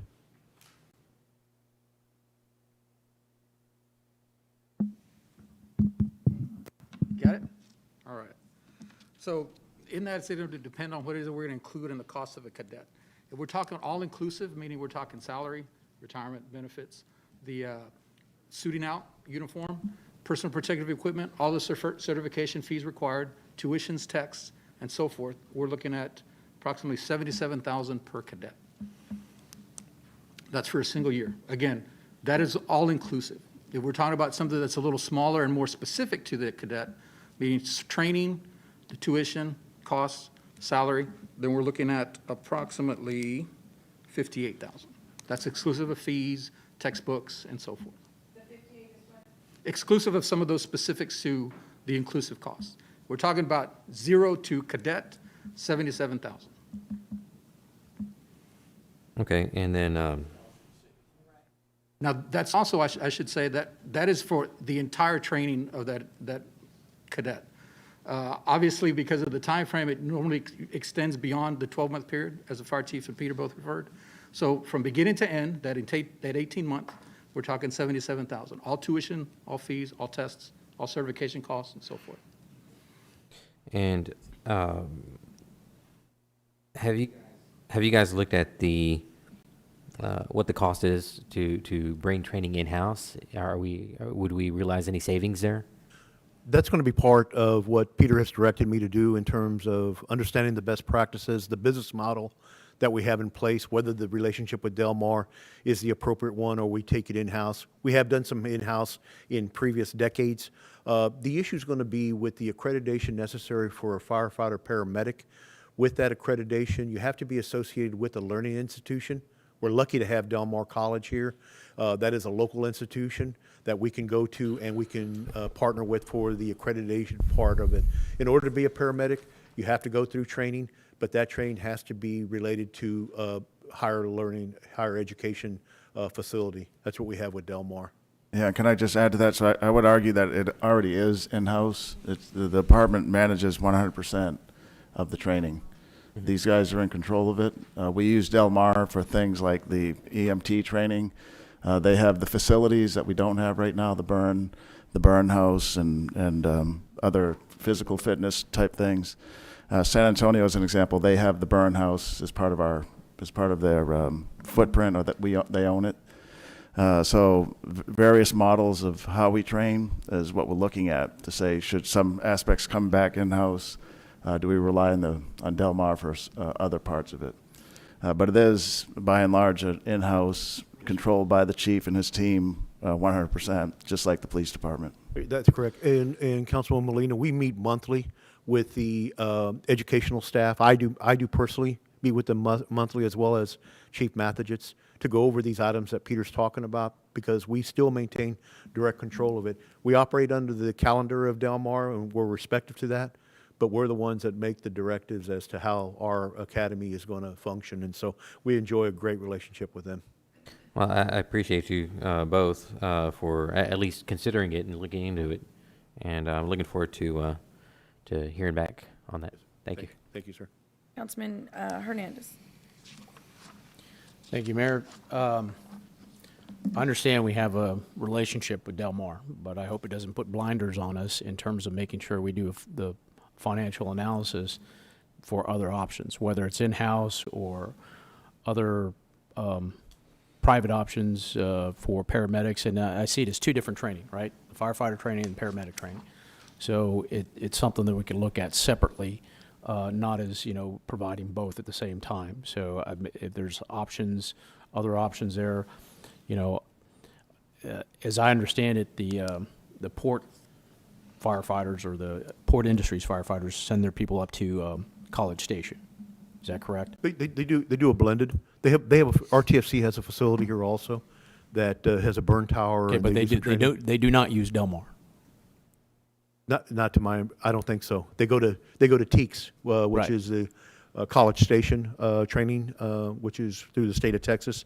So they do use them, yes. Okay, so, I want to make sure that we don't do this and say Del Mar, Del Mar, Del Mar. I think Del Mar is a fine institution. I just want to make sure that we look at all options for the best, to put out the best firefighters and paramedics that we can at the city. And I appreciate what we've got. I mean, don't get me wrong, not every firefighter in the state is a paramedic too. That's a tremendous thing here in Corpus Christi. And it's I assure you, it's going to be a business decision and not an emotional decision. And so Peter has given me clear direction is that we have to make a solid business model to see whether the practices that we're using now is the best for the city and best for the taxpayer. Right, yeah, we're, Councilman, that's exactly what we're not doing, is just going like this. So I have these guys going across the state to see what are other fire companies doing. okay. We have 7 top cities in population above us that we'll look at, and we'll look at others as well in the state of And Texas. I know Port Industries has something different in what they Yeah. go after. I mean, it's mainly industrial, high temperature. Right, and they probably train a Train small differently. number, right? They probably do very few cadet training classes, I would imagine, right? Yeah, the high concentration, and I had lunch yesterday with Mr. McDonald from RTFC. Their concentration basically is the industrial portion of it and shipboard firefighting. And we've created some clear delineation between the role that RTFC has in the port and the support function that the fire department has. Our expertise is in suppression and EMS. Their expertise is in industrial firefighting and shipboard firefighting. Thank you. Okay, I think that's all the questions right now, Chief Rocha. Thank you, Mayor. Let's go to our next slide. Peter has also allowed capital equipment purchases by the fire department. And thankfully, we're looking at the replacement of our hazmat apparatus unit that was over 20 years old. In fact, it's not even in service right now. I have an alternate vehicle that the hazmat team is using right now. For the first time, we're going to have a water tanker. That's going to be a purchase that we identified in our after-action report after the cold weather incident of what we needed on the fire department to make our job better. And a water tanker was one item that I presented to the city manager. As part of our regular fleet replacement, 3 medic units we're going to replace. One unit is 12 years old and 2 other ones are 11 years old. And so it's going to make our fleet newer. And then we are going to purchase a fire pumper that is replacing a 16-year-old unit. Enhancement number 3, one that I'm very happy with. I'm happy with all the enhancements, but this is Medic 17. We are going to add an additional frontline medic unit. Currently, we have 12 in service full-time. This will be number 13. It includes 8 new firefighter positions at a cost of $1 million. We'll have to reclassify some of the firefighter 1 positions to firefighter 2. We'll be able to do that. We'll have and purchase an additional medic unit. So that means instead of buying 3, I'll actually purchase 4 medic units, and it will increase our authorized complement for the first time in, not years, decades, from 414 to 422. Item number 4, another one that Oh, yes, Councilman, go ahead. So at what point will we be able to have all stations fired with a medic unit? Is that the intent, or do we have a plan to do that, or? The intent, Councilman, is to look at the city and see where the pressing needs are in terms of call volume. And when we looked at 17s, we looked at a couple of the other stations that don't currently have medic units. And there's incredible growth going on both out in the Calallen area, but also in the area around Billwick Park going east toward Yorktown. It's an incredible amount of call volume that one of our stations was having to address, and that was Station 14 over on Staples, over in the Holly. I say it's over by Wiener Schnitzel is a good benchmark as to where that's located. And so what we do is we look at the call volume. Now, I don't have the infrastructure to put a medic unit at every station. For example, Station 16 probably wouldn't be a good choice for a medic unit. And currently, Station 4 has a truck company and an engine company located on Rodfield. I don't have room at that station right now because that's a two-base station. And so some of the things that we look at are the call volume. When we're going to talk about Station 3 in a little bit, the new construction, I'm requesting a 5-base station, and the reason is that in a lot of jurisdictions throughout the country, you run multiple medic units out of one station. And because Medic 3 is one of the busiest stations in the country, it makes sense to pursue maybe the possibility, instead of adding another medic unit at Station 4, adding another medic unit where the calls are, which is in the Station 3 area around the hospital there. And so those are some of the factors that we're going to look at. I think eventually, Councilman, you're going to see a medic unit at every fire station, but you may not see a fire truck at every fire station. Right. And so it depends on what the call volume, the direction the city is going. But right now, I like it, enjoy the luxury of having fire units at every fire station. And at actual 14 stations, I've got a medic unit. We're putting 17s into service for the first time. That'll give us 13 medic units. But I also maintain a medic unit at Station 12 over in the Toloso Midway area, so that when I have staffing appropriate for that, I could put that medic unit in service and greatly enhance the ability for us to respond to calls for service in that area, but also gather data. This is the decisions that Chief Quintero and I make with regards to the fire department are not emotional decisions. They're data decisions based on call volume, based on response times, and based on doing what's best for the city. And, I know sometimes this presents a challenge of these, emergency medical, I guess what's the term, like what they have out in Calallen, that they have their own district, their own fire district. ESD. ESD. And so, I guess that's the whole thing. I mean, obviously, I say this, I would think that we have a much higher level of professionalism with regard to providing the services that we have. I hope that doesn't get me in any problems. Fortunately, I don't have any in my district, so. But, I just think that, obviously we have greater resources, and those areas have decided to tax themselves. And I think sometimes they want to tag on to the revenue that they may have, however little it may be with regard to the insurance or Medicare. Anyway, we obviously, I know this entire council is committed to public safety. And now that the city manager has got you to the point as to where you're fully staffed, we need to make sure that you're fully equipped.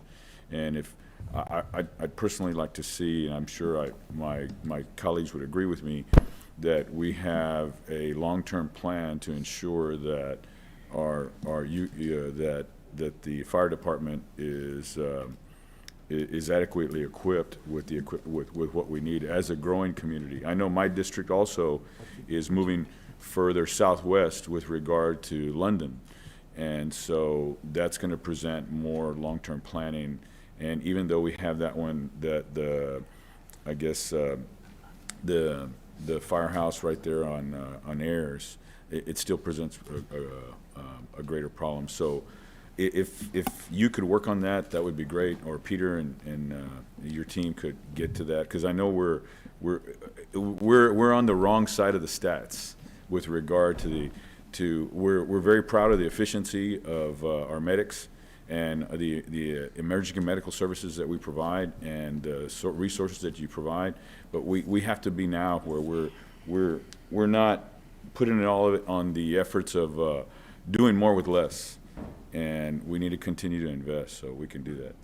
Along that lines, I'm very proud to say my daughter in New York is in a long-term relationship with a lieutenant for New York Fire Department. FDNY? Yeah. So he's really shared with me even more. I thought I was more knowledgeable, but some of the challenges that public safety has faced during this period, and he said that it's just unbelievable.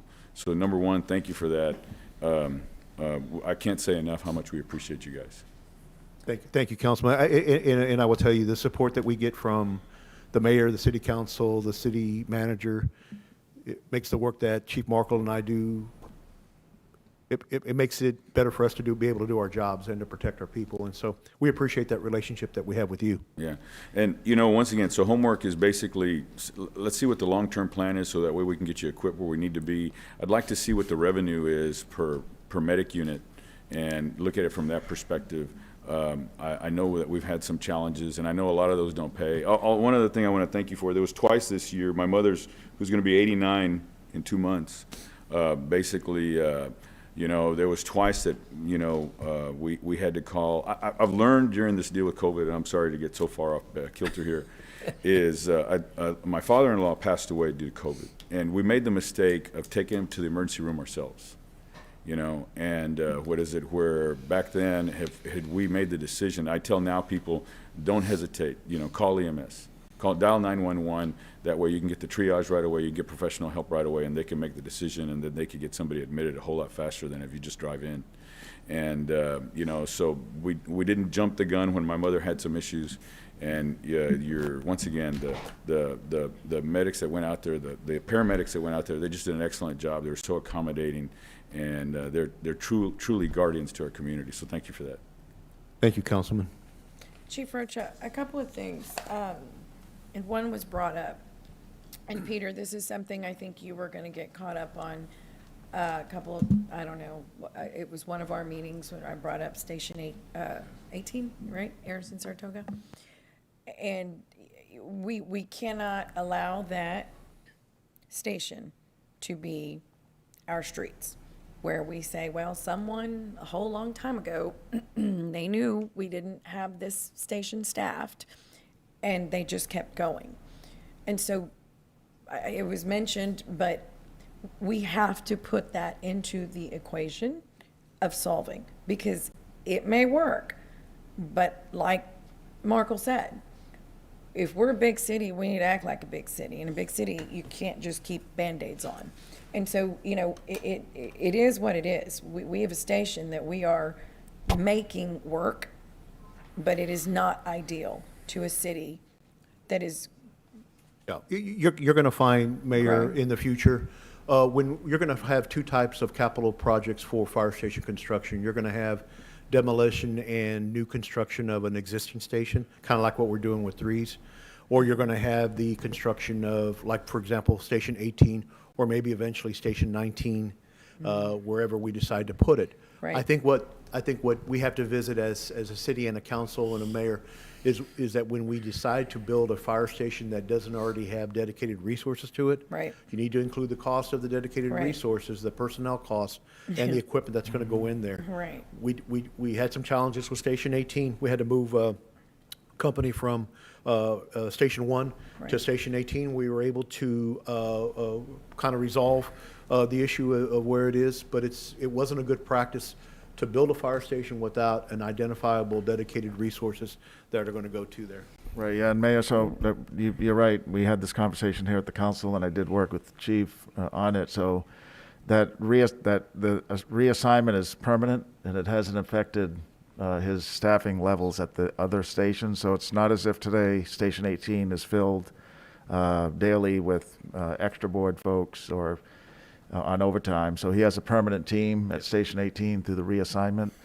What we didn't have several years ago is a full complement. So it was a much bigger challenge when the station first got constructed, because he was running a 25 firefighter vacancy rate. For the first time in a decade, he'll have every firefighter position filled. So it's almost as if we added positions. We didn't, right? We Well, just that's filled important. positions. That's important Yeah, to note, right. though. So And are you saying then that Yeah. Station 18 is Well, the chief's saying it. He's saying that Station 18 is permanently full. Yes, I don't have to, I'm not staffing that with overtime, I'm not staffing that But we with. were. We They were. in the We past. were. We Right. were. Yeah. It Right. was a horrible Well, it was horrible. We were circumstance. here. Yeah. Yes, Yes. it was. It was. And part of it, Mayor, as you know, was that, well, part of it is what I just talked about was the huge vacancy rate. So they couldn't Right. they couldn't do it even if they wanted to. But today, the chief has assured me, because we had the conversation after you and I talked, that the reassignment that was made is in a permanent nature. It hasn't impacted any other fire station. And with this budget, we're adding 8 more firefighter EMT positions. So that begins to give even more positions to the chief to do the job. Yeah.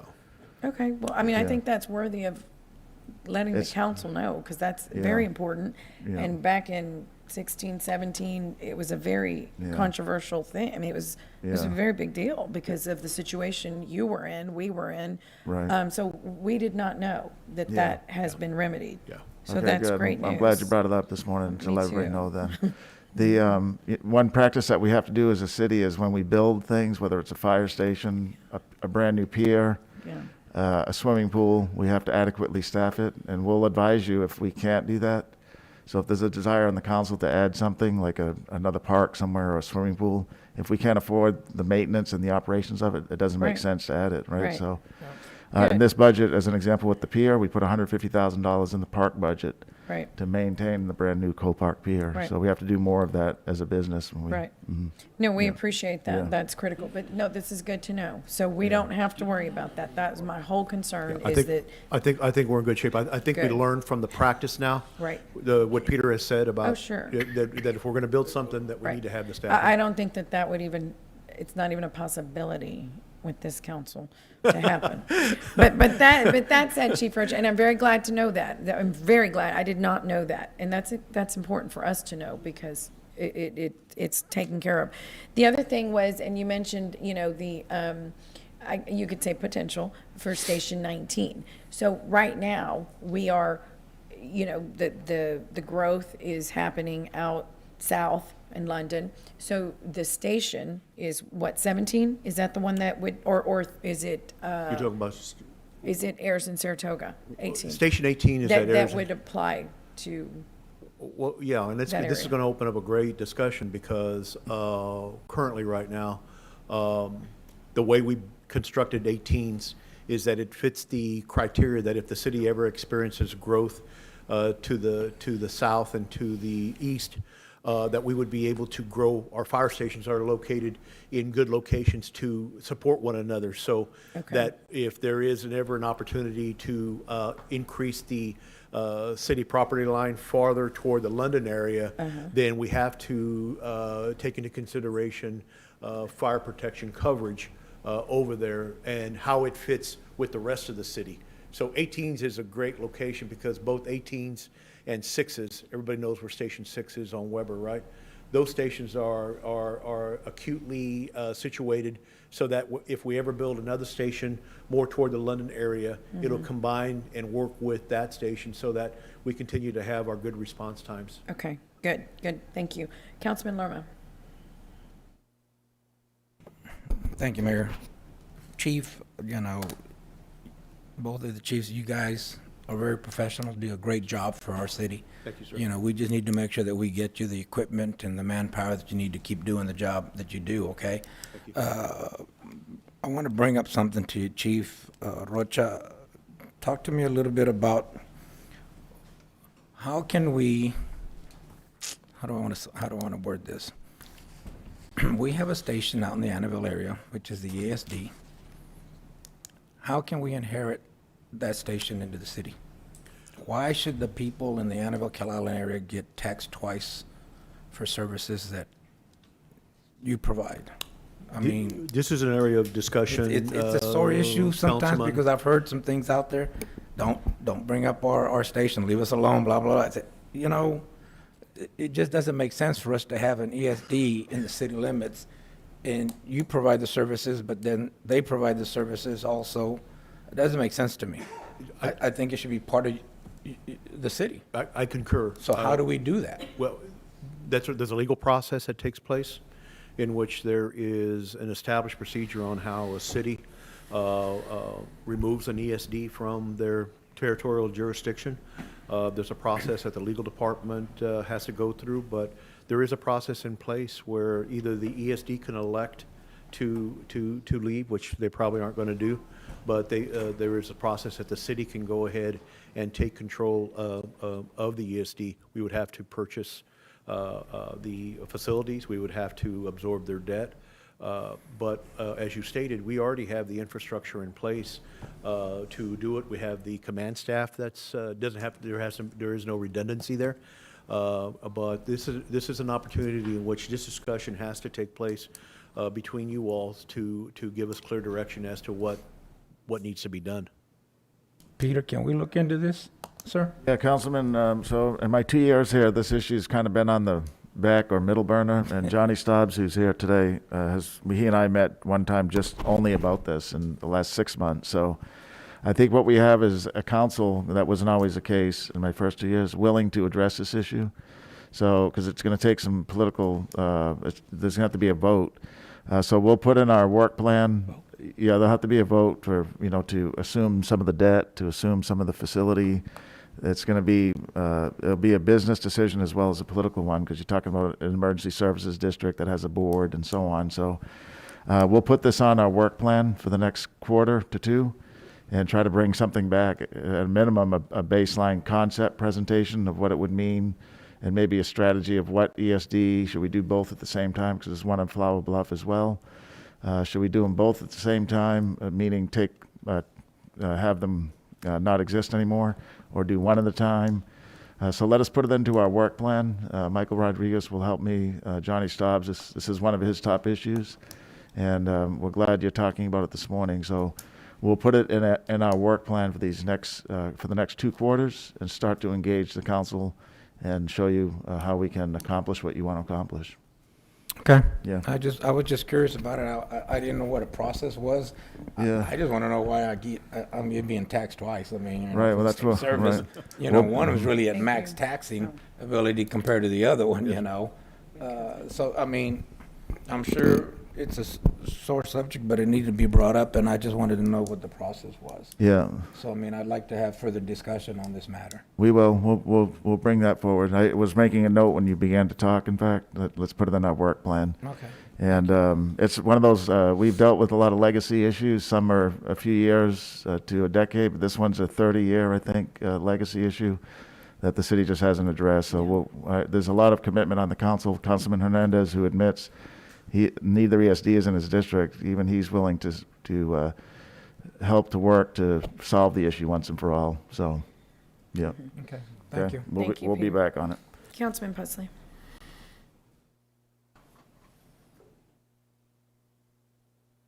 Sorry, Mayor. Thank you. Yeah, I just had a couple of things real quick, and then, Chief, I want to let you finish your presentation, and then I've got some line item questions here. But with respect to the ESD one, when I was commissioner, there were 2 ESDs in my precinct, 1 and 4 being at Blunzer, and of course the ESD 1 receives a great deal of, they are supported by the tax base within their geographical area. And so ESD 1 had great equipment and great facilities, and the guys out at ESD 4 had World War II fire trucks that they had baling wire together. But There's some really great people out there, by the way, in Blunzer. they are great people, and they work really hard to provide that service to that area, because they are the only fire department in that geographical region. I mean, everybody depends on them. So And EMS provider too, Councilman. They have that EMS. They Yes. do EMS out there. So I actually looked at trying to combine those 2 ESDs into one, and the issue is it's not easy to do that, and both boards have to agree to it, and it's a lengthy legal process. But I think we do need to study that issue and once and for all decide, because in fairness to the people who live out in the Cal Island and Toloso Midway areas that are serviced by that ESD, they are paying, double taxes for the same service.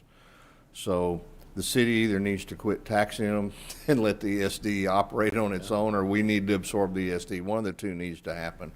But that will be a lengthy process, no doubt. And just real quickly, I want to go back to your discussion about the medic units. So for the Northwest area specifically, we, as Councilman Lerman mentioned, we have 2 fire stations, one at 5 Points and one on Rand Morgan Road. That's correct. And I also include Station 9, which is on navigation. It's really not in Calallen, but it's part of our response matrix. When we start talking about where the ambulances are located that would serve that area, it's Station 2, Station 12, and Station 9. Okay. Of those 3, do you have medic units at all 3 of those now? 2 full-time staff at 2 and 9. Station 12, I upstaff the engine company so that if I am one above my minimum daily And complement. 12 is the one on Rand Morgan? 12 is the one on Rand Okay. Morgan. Whenever I'm above my minimum daily complement, I can send a firefighter to that station and open up that medic unit. We have done that in the past. As a matter of fact, right now, while we're going through this little crisis of the responses in the area for COVID response, currently right now, both Medic 17 and Medic 12 are in service right now, but I'm having to use overtime in order to staff those. Okay. So, as we've used the word here a couple of times, utopian world, we would want a medic unit at each one of those 3 locations. That's correct. And do you have the physical space to put them at those 3 if you had one? I do. Okay. So what's the cost estimate to add an additional medic unit from scratch?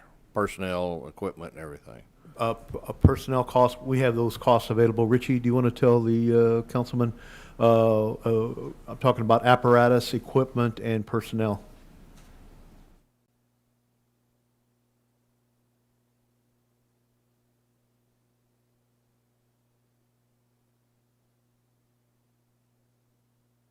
While he's looking that up, I can give you a rough estimate.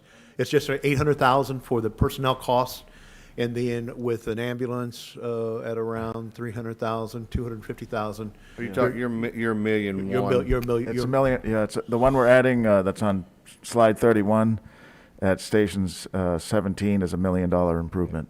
Okay. Yeah, so that's, Personnel, hardware, everything? yes, sir, Yes, sir. right. That includes the one-time purchase of the ambulance, and then that will go away in year 2, but then you'll have the full cost of a full-time firefighter paramedic, because they receive less in their training status, less pay as they train. So it's always going to be $1 million annually. It's going to be over $1 million going forward. But And for- we're adding that one at 17, right, because of the call volume. And 17 is where? It's on Saratoga, it's on Yorktown, sorry, right across, right near, or on the same property as the Bill Witt, and right across the street from the Southside Del Mar campus. Could you provide, or have Richie or somebody provide to me and other council members who might want it, a map that shows all the fire stations and what number they are and where they're located? That would certainly help me. Yeah, that would help a lot. You guys start talking and We need to not say, right, number 17, number 17, number 3, number 12, and number I'm 4. going. I only know 3 of the 17. Same thing with courts after over at the 4 courthouse. They'd say court 117. I'd go, okay, which judge was that? I never could keep the numbers straight. But, well, I just think it's important, and I know you do a really good job of putting the muscle where the growth is and the demand is, but we need to make sure that we're providing the medic units where we need them, because they're vitally important, especially in today's, as Councilman mentioned a few minutes ago, with the COVID issues we have. You know, a few minutes or seconds can mean the difference in many situations. So it's important we keep track of that. I have the answer. Okay, So, thank okay, you. but like I said, I'm gonna let you finish, and I've got some other questions about the budget numbers here. Yeah, that's Thank fine. you. Councilman Smith. Thank you. Peter, can you just affirm that in the discussions on the ESD that you have been talking about ESD 2 also? That's Yeah. part of your 6-month ongoing discussion, It is, yes. The ESD number 2, which is in Flower Bluff. which is 100% within the city limits of Right. Corpus Christi. Yeah. Unlike the other ESD where you, Right, the one up in the Cal Allen, Yeah. Tolosa Midway area that's serves both the city and then the rural county areas as well. But the one in Flower Bluff is 100% enclosed within the city. And when the city annexed back in those days, it should have dissolved the ESD. It didn't for whatever didn't. reason. Yeah. But it's both, Councilman. In the past 2 years, and with talking with Johnny Stobbs, it's always the both. But as we develop this work plan, we'll come back to council first to show you the approach and get direction from the council if you think we're in the right direction. Should we look at one first, both at the same time?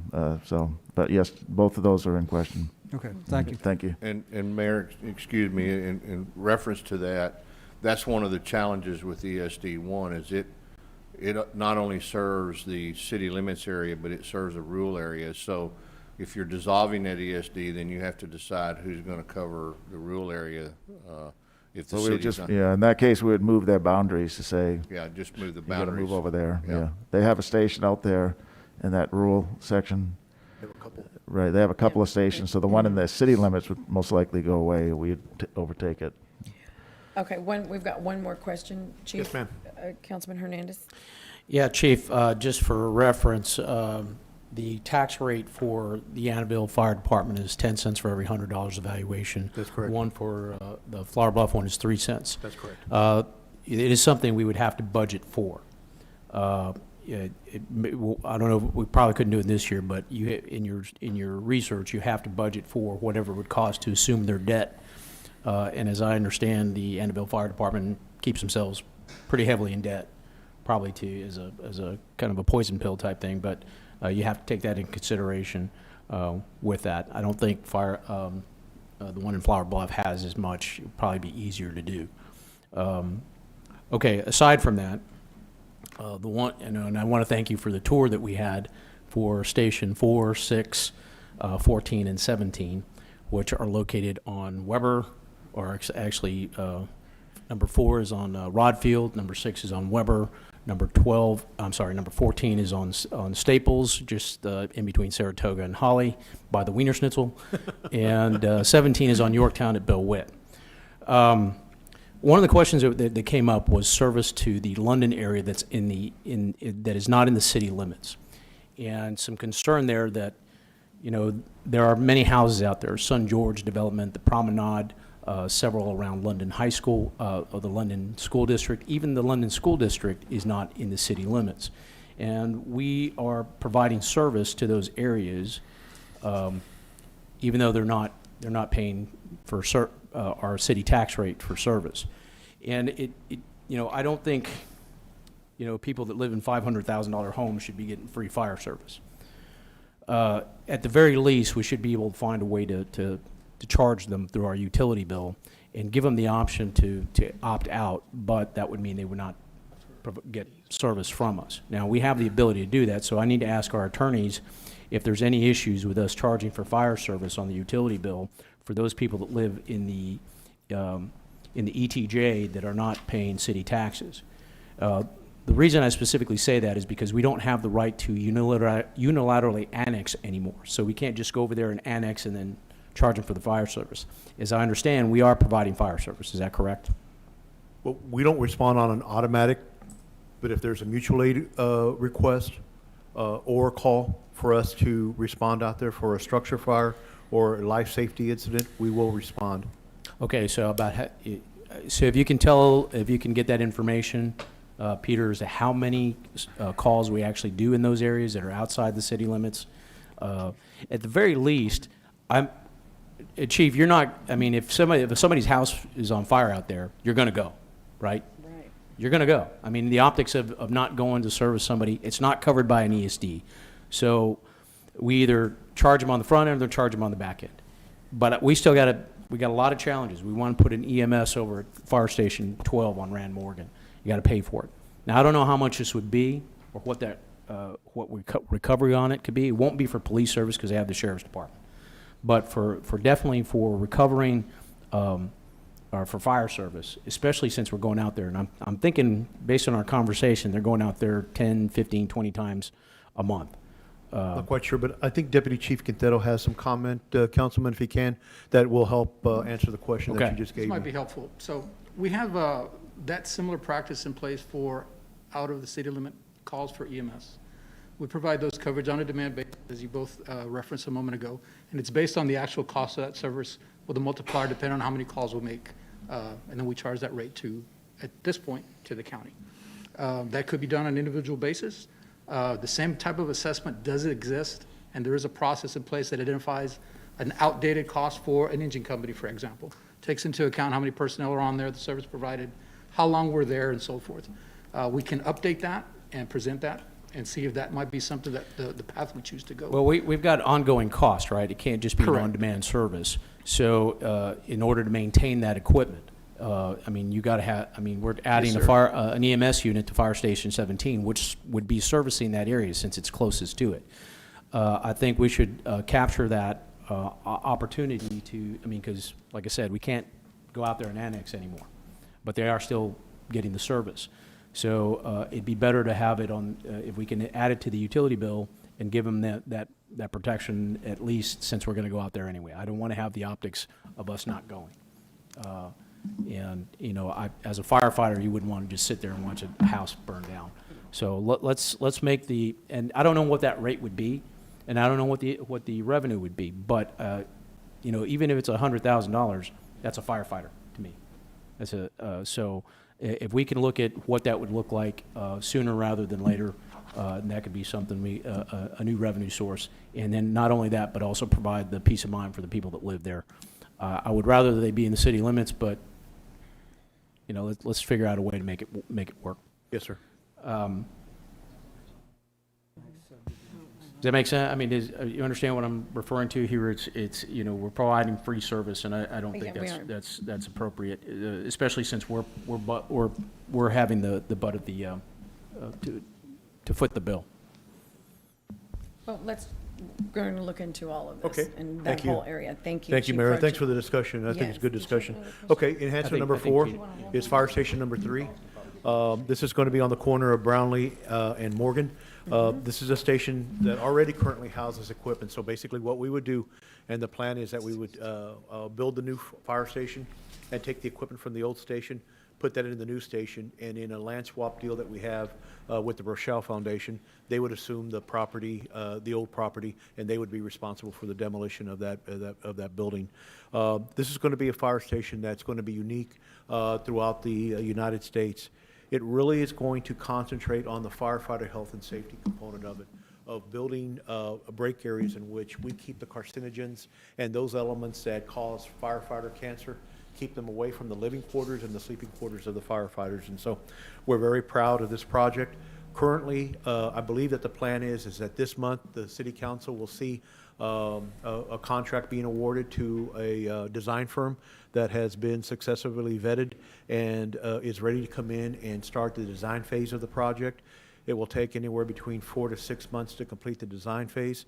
And then after that, very similar to the police department training academy, it'll be put out for bid and then a construction contract awarded. The next slide has the budget schedule for that. If you remember 2020, the fire department had a $750,000 item on the, that was approved by the voters for the design, land acquisition of the station. Fortunately, by doing the land swap, we still have the bulk of that money still available for the design phase of the project.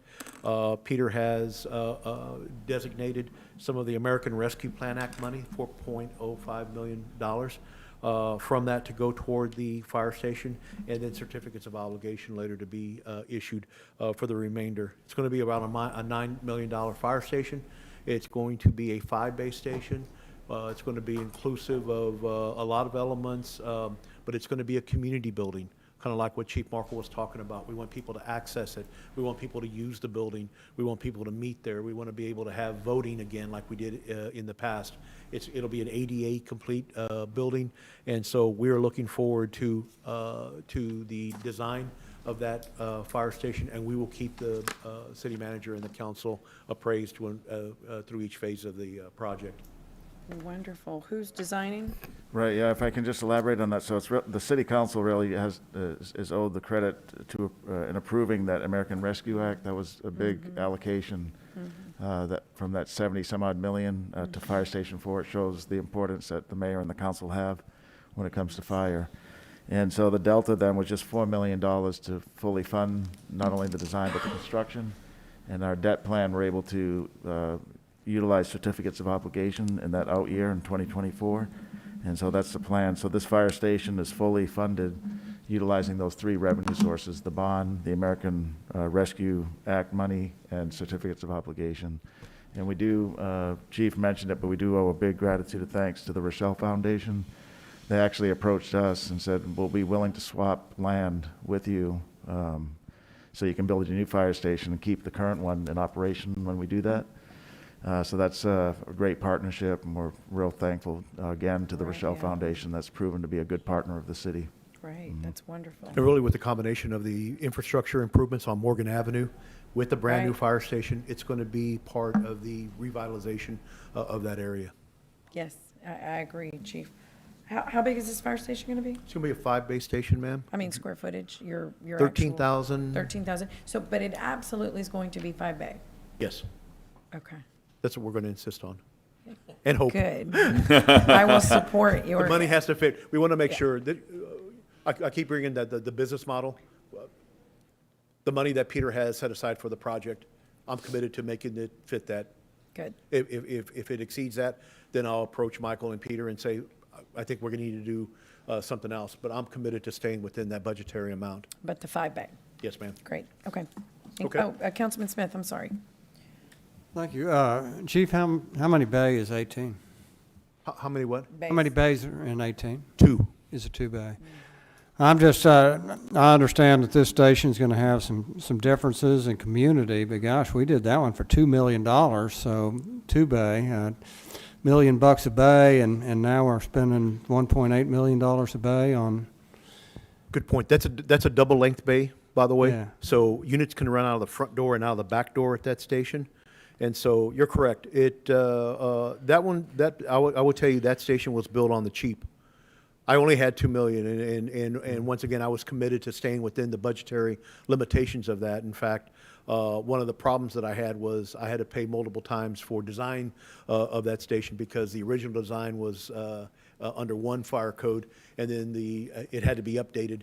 And so there were some design costs in there, Councilman, that I also had to pay for. But what you're going to see, and here's the big difference. The big difference is this is going to be a concentration on of the firefighter health and safety. We try to use the hot, warm zone, cold zone philosophy, in which the hot zone is going to be the place where we keep the fire trucks and your bunker gear. The warm zone is that transition area in which a firefighter can decontaminate, shower, change clothes, and then move into the kitchen, offices, living areas, so that we create an environment in which we keep the carcinogens away and out of the living quarters. In the old days, many of the old firefighters, we would take our bunker pants and our bunker gear, come back from a structure fire, go back to our bunk, and put it right next to our bunk and just sit there and breathe in those carcinogens. And that's why you see high rates of cancer in the firefighters, but we're trying to reduce that. But really, even fire stations 5 and 18, which were built in the last couple of years, there was a concentration on firefighter safety, but this one's going to be that much more. I guess my concern, we're spending a lot of money on this. We have a lot of old stations. We have a lot of stations that need to be upgraded, and, we got X amount of money. So is this really, $9 million for 5, and like I say, we're going from $1 million a bay to $1.8 million when we have a lot of other needs out there for station improvements. So we'll have one really nice, but how many? A lot of the stations I've been in, they're still the ones that you're talking about. Like with Station it. 13 and 15. Yeah. And if you take a look at it, really, we have not invested a lot, the proper money for fire station construction. If you look at throughout the state of Texas, the cost of fire station construction people laugh at me that they say, you built a fire station for $2 million? How'd you do that? You know, it's like pulling a rabbit out of a hat, but we were committed to working. We like it. Let's But pull a really, few more of those rabbits. Fire station construction is significant, and so what Peter has tasked me to do, besides Station 3, you're completely correct. There are other fire stations that we need to take a look at that are 50, 60 years old that we need to take a look at. But the good thing about those is those are already staffed. So really the cost is limited to Yeah. land acquisition, fire station construction and demolition. right. And so A lot like 3 is. I hear you. Yeah. Like okay. threes. Yeah. Thank you. Councilman Pusley?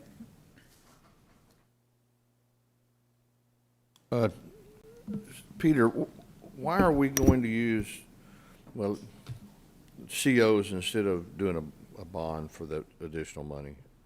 Well, we want to, there's two reasons. One, to expedite, to make sure that as the design is done, that we can go into construction. And then secondly, just to make sure it's funded, make sure it's fully funded. We're going to begin construction with the American Recovery Act. What we don't want is this worst-case scenario, but for the proposition to be voted down, then we wouldn't have any money to finish the construction. It'd be kind of in a stalled mode. We'd have contractors with a contract that we can't pay, so. You can do a CO almost overnight. Not necessarily overnight, but it just guarantees it guarantees the funding. The design will be done before the bond program vote. And so we want to be able to secure a contractor, award a construction contract, and know that we have the funding available. No, I understand, but I mean, COs were originally developed by the state legislature to handle emergency situations, so the process for doing a CO is very streamlined. Now, I know in this last legislative session, the state went in and modified the language with respect to COs, giving some more latitude toward them. But in the past, they'd been fairly abused by governmental entities in the fact that they were originally designed for emergency situations. But that's okay. I just, I can't imagine voters turning that down, but, We'll have to award, one issue is we'll have to award the construction contract before the next vote, unless before we the stall. next bond vote. Right, unless we stall the whole project, and we Well, we don't know do we don't that. want to do I that. just so, yeah. was asking the question. Okay, yeah. So, okay, that's all I had. Thank you. Councilman Hernandez? Thank you, Mayor. With regards to CIP, I noticed in the long-term CIP, you have the other fire stations in there, specifically Fire Station 10 in year 4, Fire Station 5 in year 5 and 6. I think you might be looking at an older one. Station 5 was already reconstructed. I think 8s I'm and sorry, 10s. I said station, I meant to say Station 8. Yes. In 5 and 6, and you have several stations out there, and you have them programmed for $9-10 million each. I'm assuming these are all going to be 5-bay. No, not at all, sir. I'd rather come to you with a cost estimate that is a little bit more realistic than a lower estimate, because the last thing I want to do is propose the construction of a fire station and it not be funded properly. You have to take into account, there's a variety of different items that have to be taken into consideration. Land acquisition, design, construction, demolition. There are Okay, but costs associated. these are for reconstructions of existing fire stations, right? That's correct. So what we're talking about, I'm guessing, I'm not assuming we're going to get the same benefit with the Rochelle Foundation like we did with Station 3. But, I don't know, is the idea to build at a new location and tear down the old one? I don't want to have a situation like we had over here on Karankawa, where we've had a fire station up for 50 years we never used. Each station, Councilman, is going to require a rigorous evaluation. Station 10 is acutely situated in a really good location, right there at the corner of Greenwood and Horn. Station 8, however, is being forecasted to move a little bit farther to the south and east toward St. Cyril's. We're looking at some property over in that area because The demographics of the city are kind of moving in that area, so we have to gently move the fire stations as we move across. So whereas Station 10 is situated in a pretty good location, looking at that park area around there about putting the fire station, Station 8 might require a little bit more investment in terms of moving it toward where the demand is anticipated. So Not move where it it's- on the other side of SPID.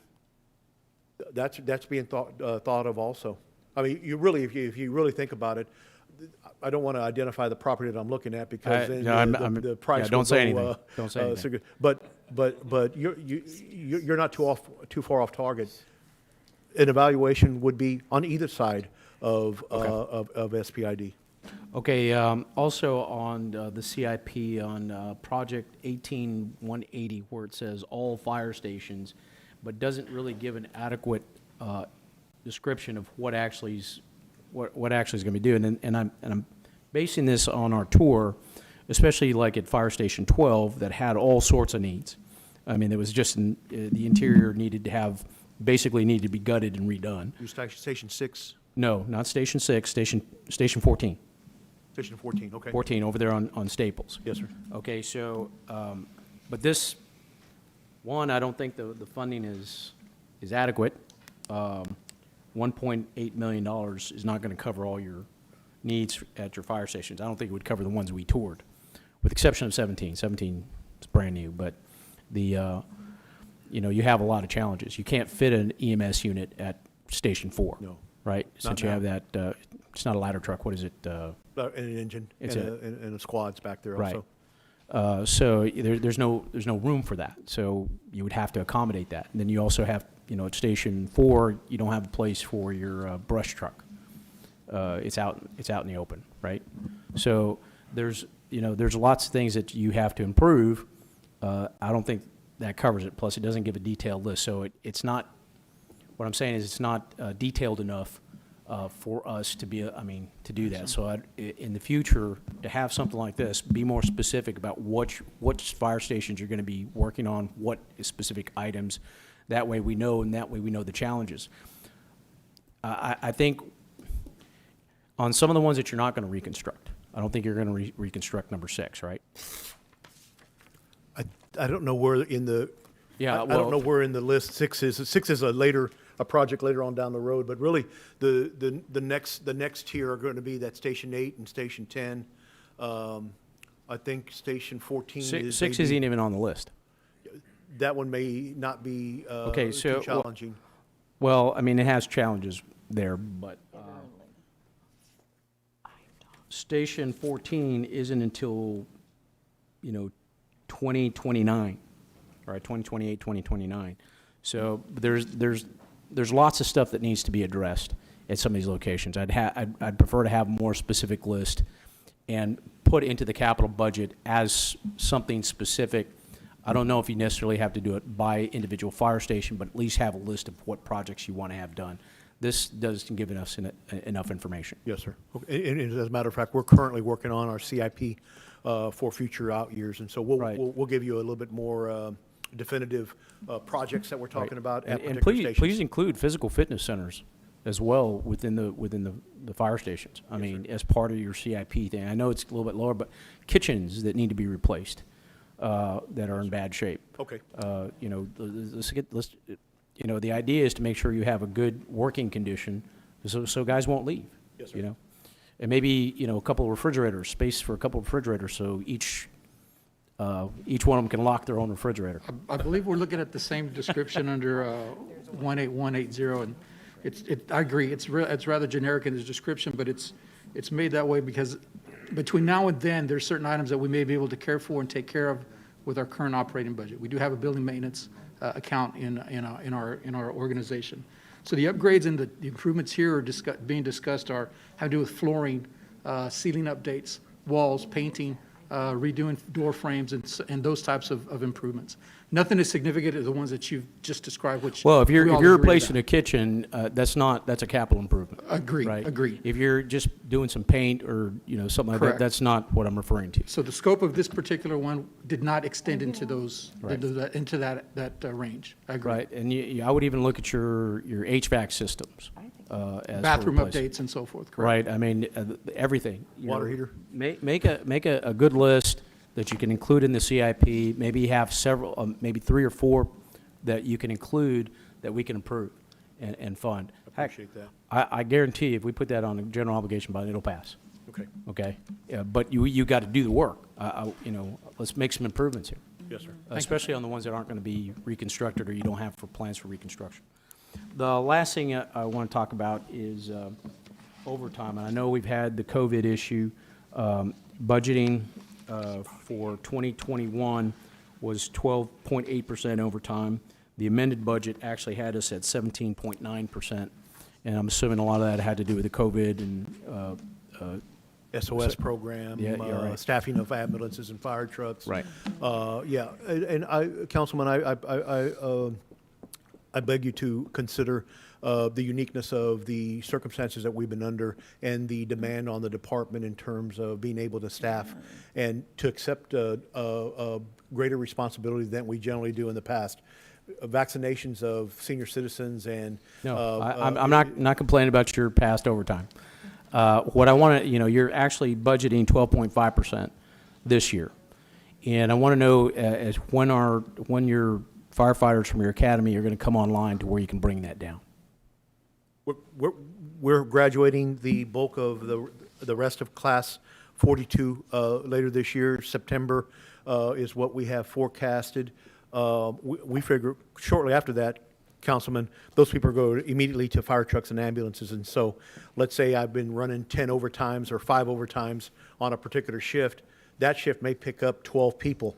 And so those 12 people will pick up those overtime vacancies that we have, and I won't have that liability then. Okay. Well, I'm concerned on two phases here. One, obviously, overtime costs more, but also quality of life, right? If you having guys, you burn them out, they're more susceptible to injury. You have, less satisfaction with work. Maybe some guys might want that overtime. That's fine, but I'd rather not have that, built in. We concur. I would rather not use overtime for any of my staffing. I would like to be able to use, and you can't do that until you have a full staffing. And what you and Peter and the rest of the council have allowed the fire department to do is finally achieve the full staffing. Are we going to is there going to be 0 overtime? I can't promise you that. No, It's not going to happen. I wouldn't expect it, but a target of 5 or 6% is probably ideal.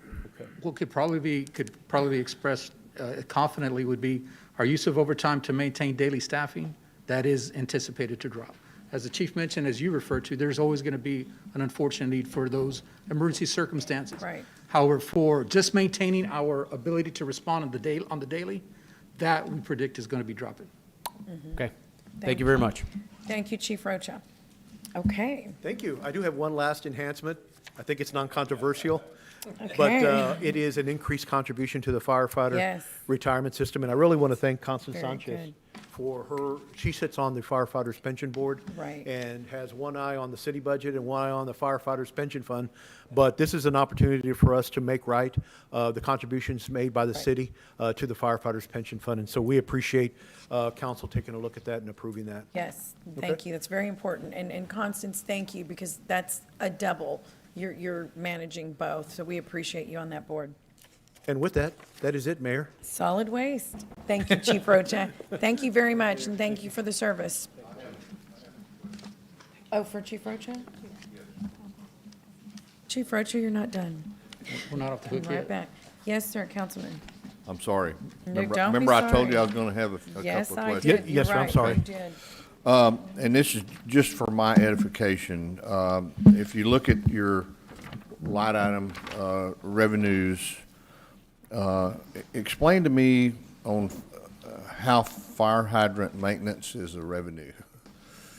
Yes. Are you doing maintenance on?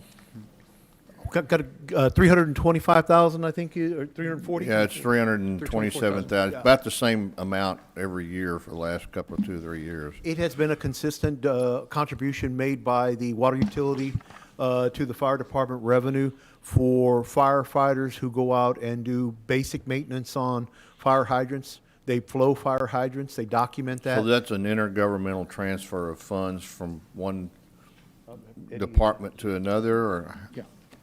Yes, sir. Okay.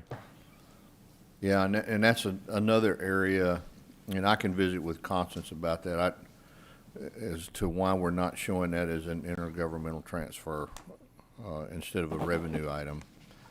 So dropping down to emergency calls, that's a big part of your revenue stream of $7 million. Tell me how is that people paying for when you pick them up on an emergency call basis, or? Medical, it is revenue generated from ambulance fees that we charge for delivery of service. We have a provider that provides the billing company for that, and then we obtain that money from the billing Insurance company. companies or whatever? Insurance companies, Okay. Medicare, Medicaid, private pay, all of those revenue streams are identified there. Of those many emergency calls that you make where you would potentially have charges, how many are not collected, or what's your uncollected rate? Do you have any idea on that? I don't have an exact number, but we can certainly put that in a memo form to the council to give you a better understanding of what. I think we collect around a 38% collection rate. The rest of it is money that we're not collecting, so Yeah. the 62%. And That's- Chief Roach, if you would, it would be so some years, I don't know, 3 years back maybe, they gave us those numbers, which are very interesting, and they're very pertinent to knowing, exactly what's collected, what's called on Medicaid, all that stuff.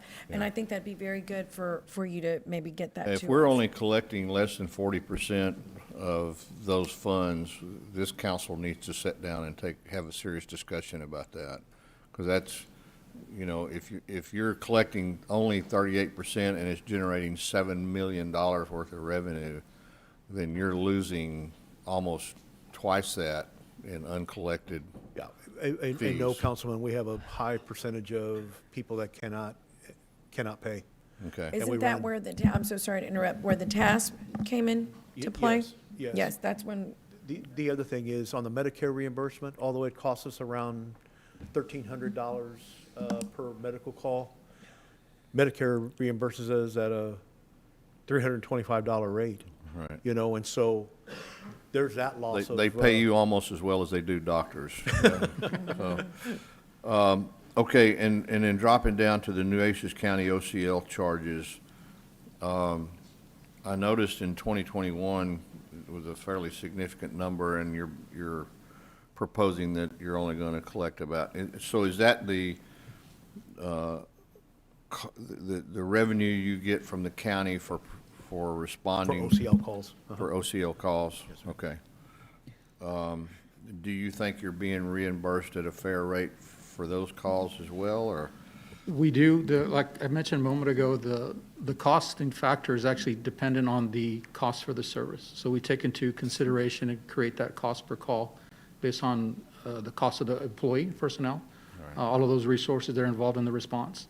And then that's multiplied by those numbers of calls. So it does reflect exactly, very similar to the assessment we made when we developed our current EMS pay schedules, what we charge. Right. The process was very much the same. Okay. Okay. All right, and then finally, two real quickly, on Fire Station 3, you are going to, I assume, include the exhaust extraction system Definitely. for that. That's part of that firefighter safety in mind, Councilman. There are a variety of different vendors that have apparatus that are able to capture the exhaust and then expel it out of the fire station. And that obviously is one of the reasons for the higher cost for that station. I mean, I would imagine something like that is probably There's $1 hundreds of million thousands. bucks. Well, it's hundreds of thousands of dollars, yes, sir. Okay. Okay. Okay. And finally, Councilman Hernandez said on multiple occasions that with respect, Peter, to these areas in the, that are not within the city limits, that are within our ETJ, and he said we can't annex them. Okay, it's always been my understanding that if a new subdivision comes into place in the ETJ and we're providing the city services, which would, be water, sewer, whatever, and maybe we aren't doing that, why could we not annex them. Yeah, so in the case of London, in that specific area, if a developer wants to be annexed, a voluntary annexation, we can do that. So the Moses Mastagachi, I think we had 600 or better acres that were annexed into the city in the last 2 years because it was a voluntary. Right. He owned that one tract of land and said, we want to be part of the city. So we're able to do voluntary annexation still. We as a city can still annex, but it does take a vote of the persons that are being annexed. So if a subdivision is completely built out already, and we want to try to bring them into our limits, you have to have a vote of those people, those property owners, and they have to approve in a majority way that they want to be annexed. So that second choice is a little more cumbersome. I'm not sure if any city in Texas has done it yet with the. Do we have any situations existing now where we are providing full city services to a residential neighborhood that we are not annexing? No, we're not. Okay. So in the case of London, there are some periodic fire rescues that are done, and we do need to address that. I said it myself at this chair, that it's not fair to our taxpayers to go to Flower Bluff ISD, as an example, Right. and help when there's an emergency situation and we don't get any revenue. So it's because it's a choice to live out there, and it's a choice of those property owners to not pay Corpus Christi property tax. Right. So it's their choice, but it's not our choice to have to pay for it, and it's not fair to the taxpayer. You know, I'm sympathetic to that because they would, you know, I would have people call me as commissioner and say, you know, I'm free and clear of the city. I live out here in this rural area. Yeah. Can you come fix my drainage? Yeah, exactly. Well, thank you very much. I appreciate it, Chief. Thank you, Chief Rocha. Yes, sir. And up we have solid waste. David Layfeld, thank you. Good morning. Good Mayor and morning. Council. I am David Layfelt, the Director of Solid Waste Services, presenting the 21-22 budget. Our mission is to collect, dispose, and recycle solid waste in an environmentally responsible manner to ensure public health and beautification of the city. A few facts about solid waste. We collected over 14,000 tons of recyclables last year. We serve over 94,000 residential and commercial customers. And to put that a little bit in perspective, we service them once a week with trash, but every other week with recycling.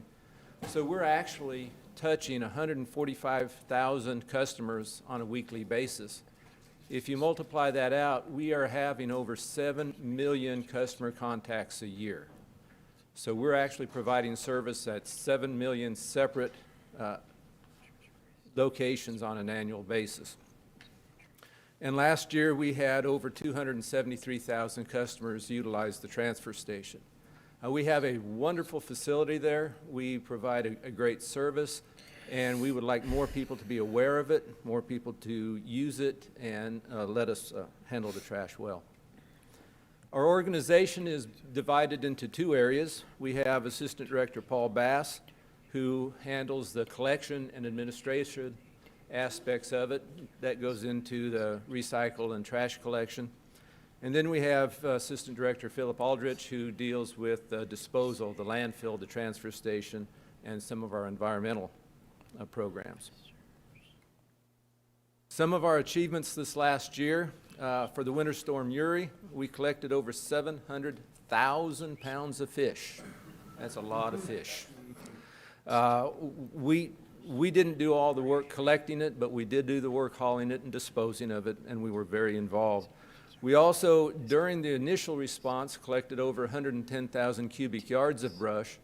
But one of the things about the freeze that you're probably aware of is that we're not through collecting the freeze damage yet.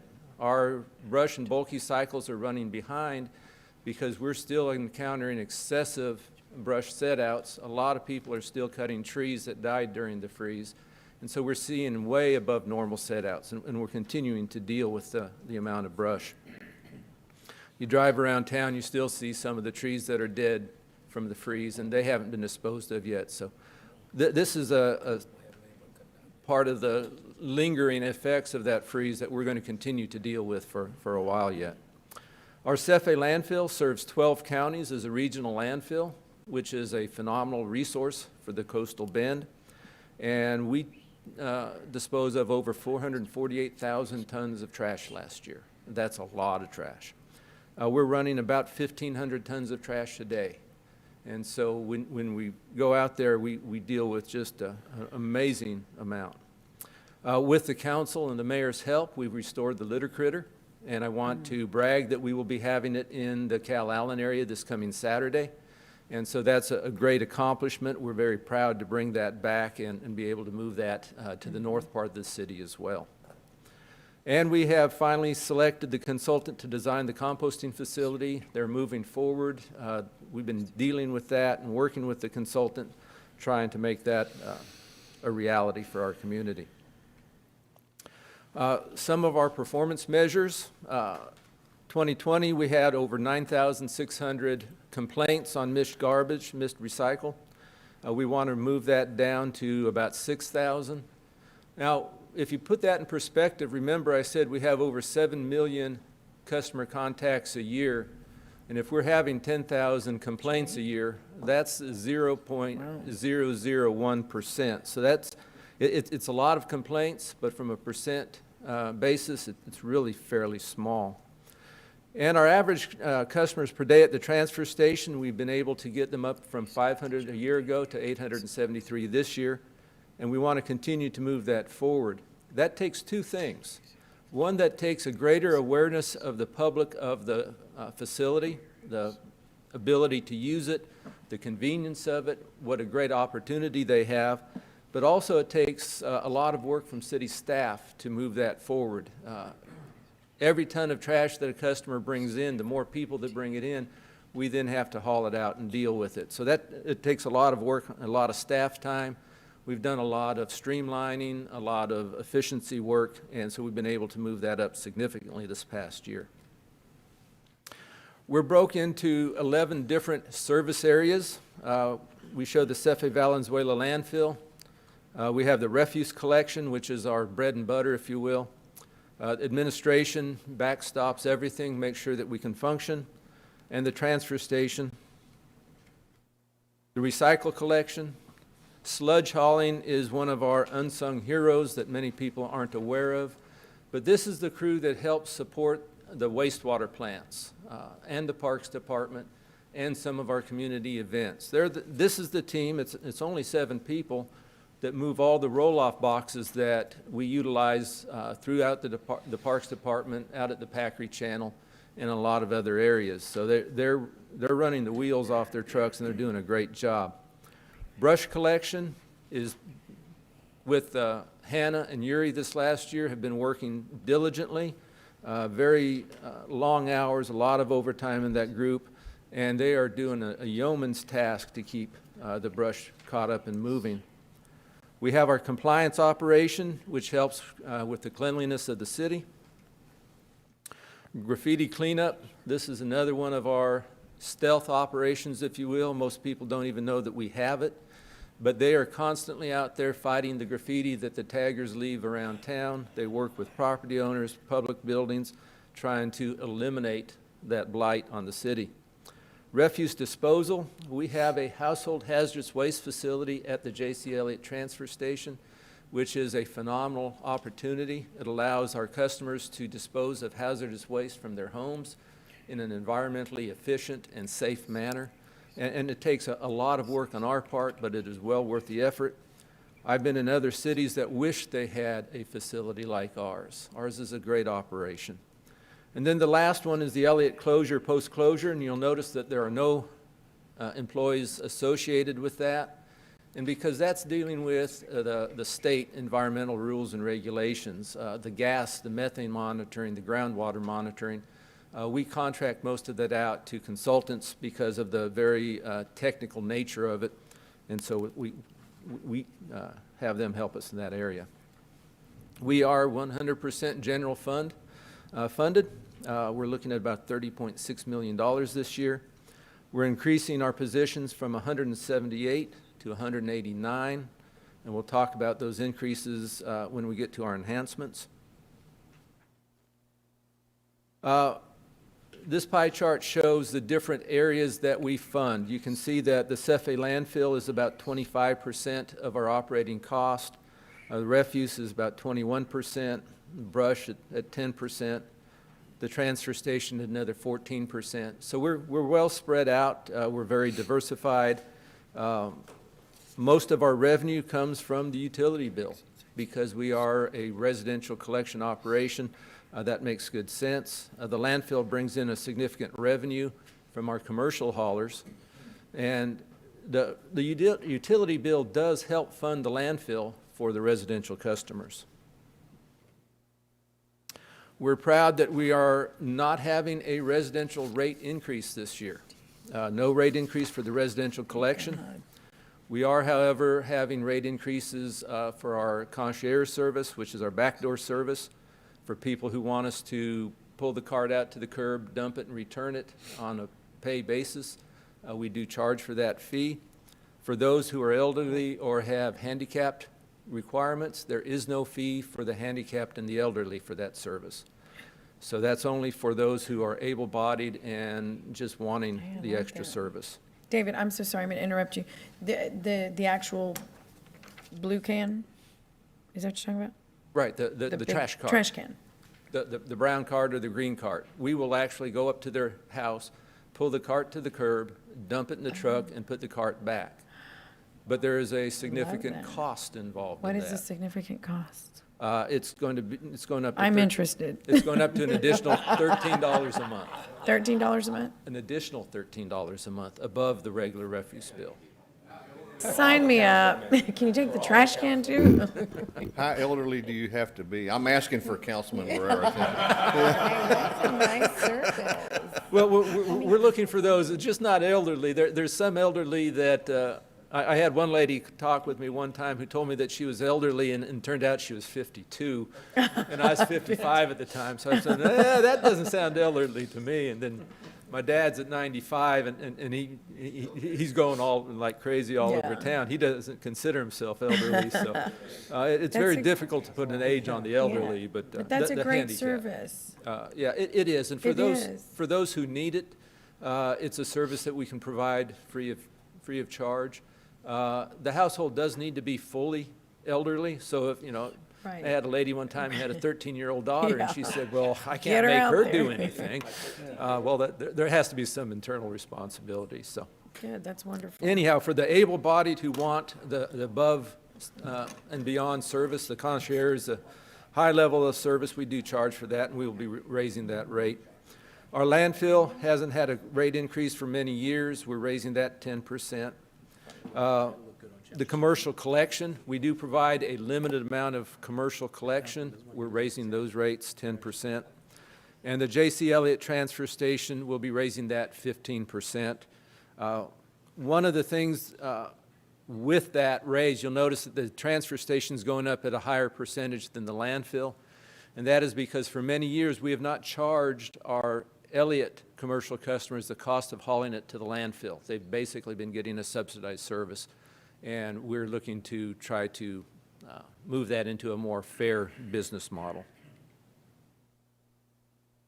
Some of our enhancements, these tie in very well with the enhancements police and fire have talked about. Both have mentioned the great amount of growth within the city, the Cimarron area. There's a lot of infill development going in over there. And then we also have a lot of annexation out in the London ISD area. When we have to add customers to our routes, we have to come up with extra men and equipment to service those accounts. And so when you add additional stops, there's a cost, just the time to service the container. There's an additional cost when you fill up the truck sooner and have to take it off the route. But then we also have the distance we have to drive. And so we're recommending that we add additional routes, both for recycling and trash this year. We've been running about 2.5% to 3% growth in our collection accounts over the last 3 years. And with the current backlog of equipment, to try to buy a piece of equipment now, a trash truck, it could take easily a year to a year and a half from the time you order it. In fact, the trucks that you authorized us a year ago, we have not fully received those into the fleet yet. So We're looking out into the future. We're having to plan ahead. Some of our routes, when we're running short on people, we are running 7, 8, 9 o'clock at night. And it's getting long hours and a lot of overtime. My guys are tired, and so we need to add the trucks and the drivers to help them out there. The brush collection crew, we want to add another brush collection crew to help keep up on our cycle. With growth comes additional brush. With growth comes additional bulky. And so we'll be adding 4 drivers and 4 collection trucks. Now, if you look at the dollar figure there, you will notice that it seems like that's a very low sum for adding 4 drivers and 4 trucks. That's just next year's allotment. We know that if I order a truck today, I'm not getting it for a year, so we're not budgeting for a full year of cost for the trucks or for the personnel. With all the additional usage at the transfer station, we're having a hard time getting the trash from the transfer station to the landfill before the landfill closes. So we're going to be adding an additional transfer truck, trailer, and a driver. And this is one thing that we're very, very pleased with. We do not currently have any what I call ground troops. All of my employees drive trucks. They're out there in vehicles moving constantly. So when we have a complaint of a litter spill someplace, I have nobody to go clean it up.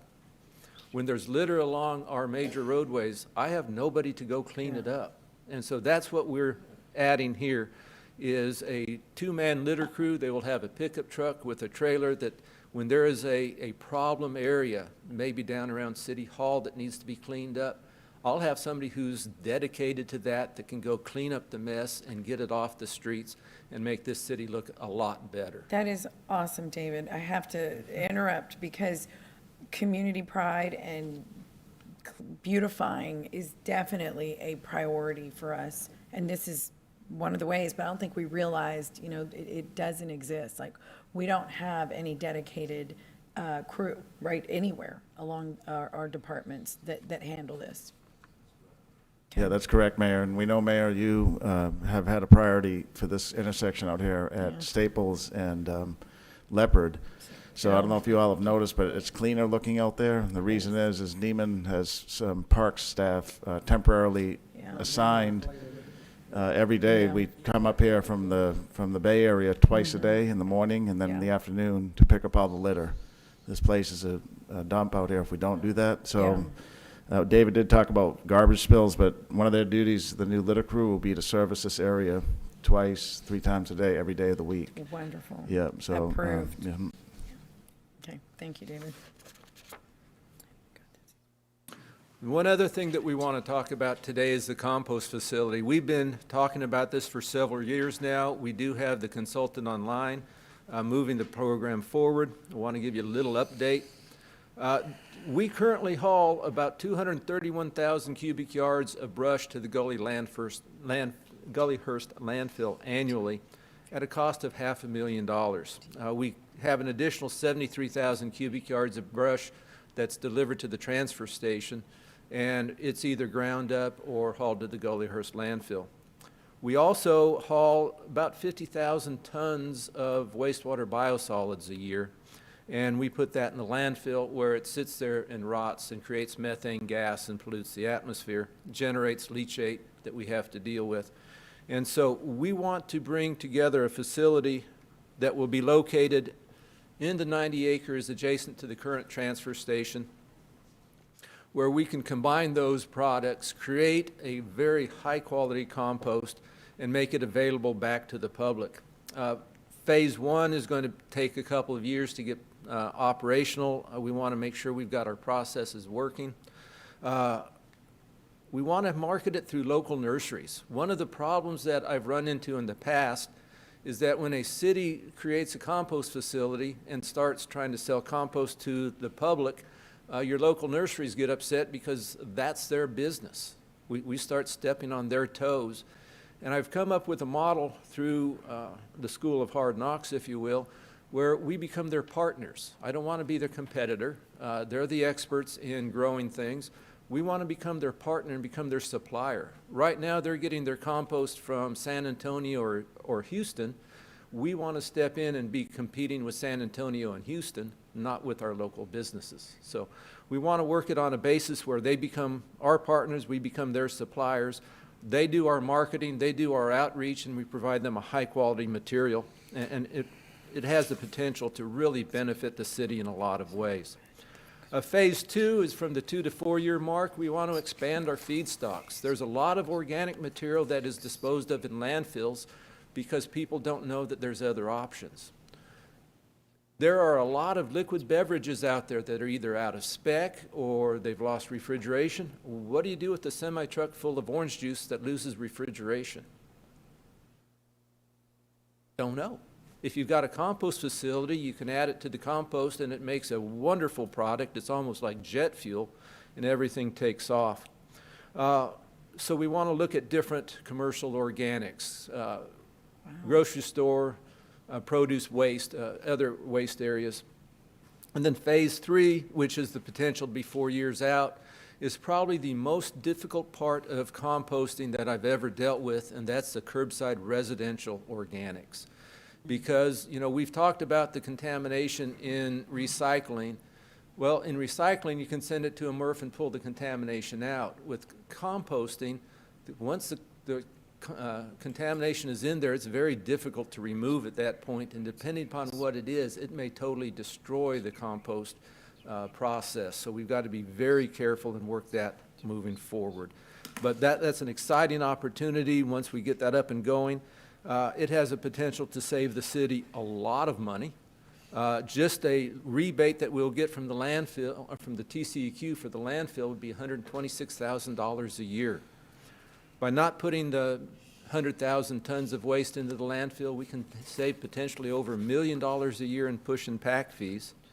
And the sludge that we haul from the wastewater plants all the way to the landfill will be going a shorter distance, so we'll save on both distance and time on the hauling charges, and we're anticipating about $160,000 a year on savings there. And with that, I stand by for questions. Councilman Martinez. Thank you. You know, looking at this project, back in the old days when J.C. Elliott was first made, it was out in the country, right? Yes, sir. But now we're in an area where there's a lot of growth and a lot of development. That's the London area that's kind of developing all around it. I guess my question is having a compost area like this, does it create any kind of nuisance for the surrounding areas as far as smell and things like that? Because of the location being so close to those new neighborhoods, would something be better like where Valenzuela is or something like that for a compost area? Has that been considered in the plans? Yes, definitely. This will be the third compost facility that I've helped design, permit, and operate. And odor is oftentimes one of the biggest complaints that compost facilities get. But that's usually because the compost facilities are either poorly designed or understaffed. People don't understand what's going on. We will be in the crook of the landfill, if you will, that little corner there of the current landfill. We already have a composting and mulching operation out there on the other side of the Oso Creek that, you know, that's where the brush drop-off is. We're already grinding the brush and running a notification level compost facility anyway. It doesn't produce a high-quality compost, barely more than a coarse ground mulch. It's a very low-quality material, and so for years we've called it a mulching facility. But it's already there, and what we want to do is take that up a notch. We do have a good buffer zone all around this proposed area. We have the landfill. Most of our prevailing winds are out of the south-southwest, and so that blows right across the existing landfill. And we really don't anticipate a lot of neighborhood complaints. We own the buffer zone on the other side of the Oso Creek, which will give us an adequate buffering capability. So I don't see any problems with it. We've considered it. We've looked at it. Our consultants will be continuing to look at that as a concern. Thank you. Thank you. Councilman Smith. Thank you, David. So we know how much we're expected to save on the composting facility. What are we going to spend, additional operating costs and capital costs? Well, I don't have that numbers off the top of my head, and it's a good question. From an industry standard and from personal experience, composting costs about 2/3 the cost of landfilling. So for every $100 you spend putting it in the landfill, you only spend about $60, $65 a ton putting it through a compost facility. So I'd have to go back and look at it. My anticipated savings once we're fully operational at the beginning is we'll be saving about $400,000 a year. Okay. And as you were going through, you're adding a lot of additional help, routes needed on there, but by doing this, it's not going to be increasing tonnage, right? So we're increasing staff, but we're not increasing the tonnage we haul. You're doing it right now through overtime, working your crews, as you said, till 9 o'clock at night. With it, where I'm kind of leading is will we really have an extra expense because we'll have more equipment, but we're hauling the same tonnage. There'll be less wear and tear on that.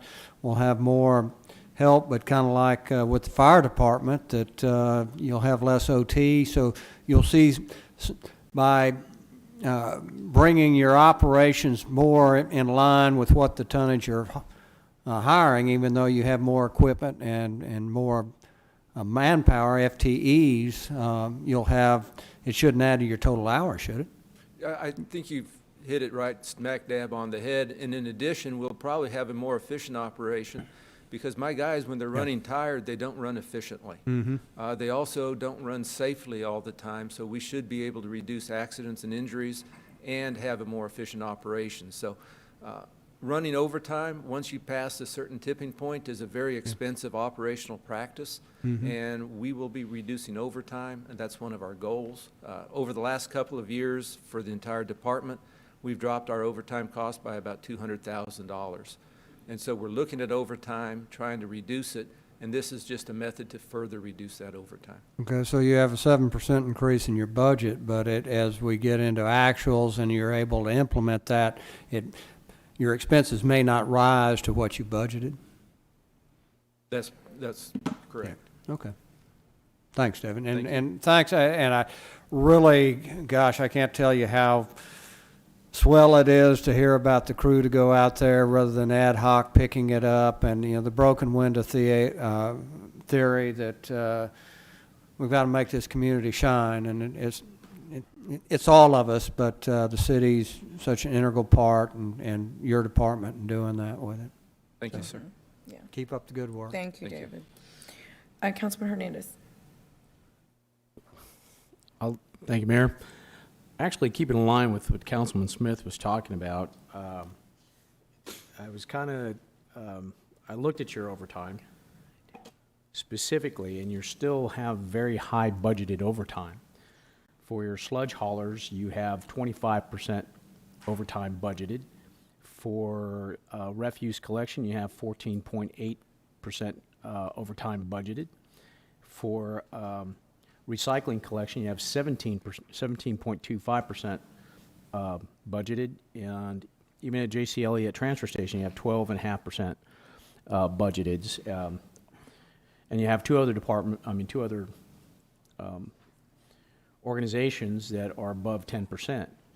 So, in adding people, why do you still have such high overtime? Okay, and that's a very good question, and one that we have looked into. Remember that I said that we ordered 10 trucks a year ago. We still don't have those 10 trucks in the fleet yet. So putting it into the budget, we can order the equipment right now, and we still won't have the equipment fully functional, and therefore we don't have the equipment to put on the street this year. So we've looked at our historical overtime budgets. We've worked hard to get those down. These numbers are in line with our historical overtime budgeting, not the budgeted amounts, but the actual spent amounts. And so having looked at what we spent over the last couple of years, we're pretty close to where we expect to be. And because the new crews and the new equipment won't be functional in the next budget year, maybe a couple of months, maybe 3 or 4 months, depending upon delivery times, but we feel that it's prudent to keep the budgeted amounts where they are so that we account for the actual money spent. Okay, let's take the highest amount, right? The sludge haulers. Are you adding trucks to sludge hauling? We are adding methods to reduce the cost of the sludge hauling. One of the things that we've looked at is the fact that a lot of our sludge boxes that we haul are out on the island. And we've got the Whitecap sludge or wastewater plant. We've got the Packery Channel where we have 6 roll-off boxes. Now, this crew hauls more than just sludge. It's not just the wastewater sludge that they deal with. They do a lot of work for the Parks Department, hauling these boxes. And when you have to make a haul all the way from Whitecap out on the island to the to the landfill, and then take the box back out there, you've got an awful long hauling cost. And so one of the things we've done is we've identified some improvements. There is a trailer that we are in the process of buying that we can hook to the back of one of our roll-off trucks, and we can now haul 2 boxes at one time. And by hauling 2 boxes, we've just cut the transportation time, not quite in half, because you've got a little extra time to hook it up and unhook it, but that will give us the ability to service those containers at a much more efficient rate. Okay, so you're doing that, but you're not adding personnel to that. No, sir. You're not adding equipment, trucks to that, No, sir. right? But you've been running 20 to 27% overtime for the last several years. This is something I brought up in the last budget. Is this something where you need to add a truck or need to add a person because you're continually running 25% overtime? What's your target for overtime? One of the other projects that we're looking at that we're hoping to help reduce that time is, remember, the compost facility is going to shortcut the distance we have to haul the sludge that we do haul. And so we're looking at reducing our hauling costs by $160,000 a year, which should make that also more efficient. By hauling it the shorter distance, we'll be able to have a quicker turnaround time. And before we start adding people and trucks, because people are the cost that once you add them, they're very difficult to remove. And so I'd rather look at ways to reduce the overtime through efficiencies. And there's a certain amount of overtime that you probably ought to spend. There's a tipping point, and it goes into the benefit packages that the city offers and whatnot. But there's a tipping point at which you spend overtime is actually cheaper than adding people. And until you reach that tipping point, you shouldn't add people. And we want to check to make sure that we are at a good spot, that we've done our efficiencies, we've made things as efficient as possible before we start adding personnel. 25% seems a little high. Oh, I agree. When you're saying tipping point, and let me just stay from a private industry standard. If you're over 5%, overtime, somebody's asking what you're doing in terms of management practices. So there's got to be a plan in place. And the reason I bring this up is because I brought it up a year ago and the year before that, before you were in charge of the department. So I just got to understand that there's got to be some target, and this is probably for Peter. The target for every department, and we talked about this in terms of evaluations, is what that is, and are you meeting your targets? But 25% is real high, even 17%. And you're adding people to your recycling and refuse collection, and you kept the same amount in terms of their overtime. Specifically, like for example, the J.C. Elliott transfer station, you're adding people to that. You're adding to your budget. You're going from $853,000 to 1.1 or 1.2 million, but you've kept the overtime the same at $149,500, even though you added people. I'm assuming the expectation is that your overtime is going to go down. Okay. But you're still budgeting 10%, 12.5%. To answer your questions about the J.C. Elliott transfer station, yes, we are adding people there, but only one of those is actually operational for the transfer station. The rest are actually going in through the compost facility. So not only are we adding people, we're adding services. And because we're adding services, you've got to add people to make that happen. The other factor is that a lot of what we do is not on a day-by-day basis. You know, we hauled 700,000 pounds of fish after the big freeze. The sludge team is the ones that hauled that. And so we never know what we're going to run into. So if we're talking about just your daily operational business practices, you're exactly right. Bingo, right on the money. But we have to budget extra money in there because there are things that happen. We had 3 major events last year that impacted us from a service level. We had Hannah, we had the big freeze, and we had the COVID. And all 3 of those things impacted our operations tremendously that we had to deal with. The amount of extra trash that we hauled from the residents last year, it went up by about 30%. I mean, just the people staying at home, not going out and eating out, the amount of trash generated was huge, and we had to deal with that extra trash and move it ourselves. The commercial restaurants are serviced by the private sector trash haulers, so that bypasses the transfer station. So when we start adding that extra material, we have to haul it, we have to deal with it, and so we're moving it that way. So you're expecting all these things to happen again next year?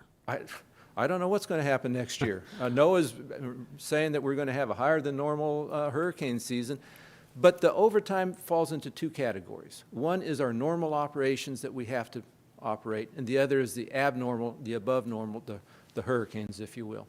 And then, in that last category, if you only have 1 event instead of 3 this next coming year, you're not going to spend that overtime, so that'll remain in your budget as fund balance to get turned back to the general fund. That goes right By back to having the it general budgeted, it fund. just gives you that ability to react quickly to haul thousands of tons of fish if we need to. Exactly. But if we don't use it, it goes back to fund balance and it can be used next Okay, year. well, that goes back to, we're talking about in terms of budgeting, right? But what is your target overtime? What are you held accountable to for overtime? I mean, yeah, that that's a standard, that would be out of the 2 categories, that'd be the standard operating one, where he runs some level of overtime, his crews do, instead of Okay, adding. now, you don't work for us, right? You work for Peter, right? So what I'm seeing is the budgeting. And when I'm seeing 25% overtime or 17% overtime or 14% overtime, it doesn't look good, right? Because to me, that tells me we either need more people or we're not managing this properly. So I want to make sure that we're doing this, looking at this holistically to say that we should, hold people accountable for. We do, so making sure you may recall, overtime. Councilman, we did the auditor did an audit recently on overtime across the organization. And every department we meet we review their overtime quarterly, and we have been doing it monthly. So there's a standard that David's held to, and if it goes over that amount in those quarterly allocations, we talk about why did it go over, and we make adjustments if we have to. And if you're talking about emergency stuff, like that's unique separate. situations, Yeah. maybe that should be budgeted separately. Right. Or come out of a different bucket and not, Yeah. so, in terms of how he's evaluated, I'm not looking at this saying, what's Yeah. going on? Right. I just want to make sure we're operating as efficiently as possible, and whether Yeah. that we need more people, like you had mentioned, Right. for as the city grows or as our needs grow, Yeah. that's appropriate. But I mean, we added people and didn't really adjust anything in the budget. Well, like you said, the people won't come on till the last month of next year, if that, depending on the truck. So really, the reduction in overtime will be in 2023. Okay, so and there should I'm being be some- promised that we'll have a different overtime Yeah. budget. Okay. Yeah. All right. We gave you a $200,000 reduction in overtime over the last couple of years, so we're working in the right direction. Okay, and David, just so you know, I'm not just picking on your department. No, I I picked on Chief Rocha, so it's a concern that we want to make sure we're operating efficiently. Yeah, Okay. and one of the things I do have to give Peter some credit, he has helped bring a higher level of efficiency evaluation to the entire department, to the entire city. And in solid waste, we have looked over the last 2 years at past practices and to see where we can eliminate unnecessary cost. And one of the things that we look at, and how I define it, is necessary and unnecessary overtime. And one of the things you'll see in solid waste is that we don't have a luxury that we'll just do it tomorrow. our trash has to be picked up today. Today's trash gets picked up today because tomorrow's trash is going to eat my lunch if we don't. And so we've got necessary overtime versus unnecessary, and the necessary is whatever it takes to get the job done. Okay, my other question here is that in your capital improvement plan, every single one of them is funded through certificates of obligation. That is $45 million over the next 2 years that are funded through certificates of obligation. Why are we doing certificates of obligation? I mean, to the point that Councilman Pussley has identified as well, this is not the ideal situation to pay for capital improvements through certificates of obligation, especially $45 million. So if we can get some explanation there. Yeah, so cities in Texas do have some level of certificates of obligation. I'm not sure about county governments, but the cities in our portfolios generally have a balance between certificates of obligation and general obligation debt.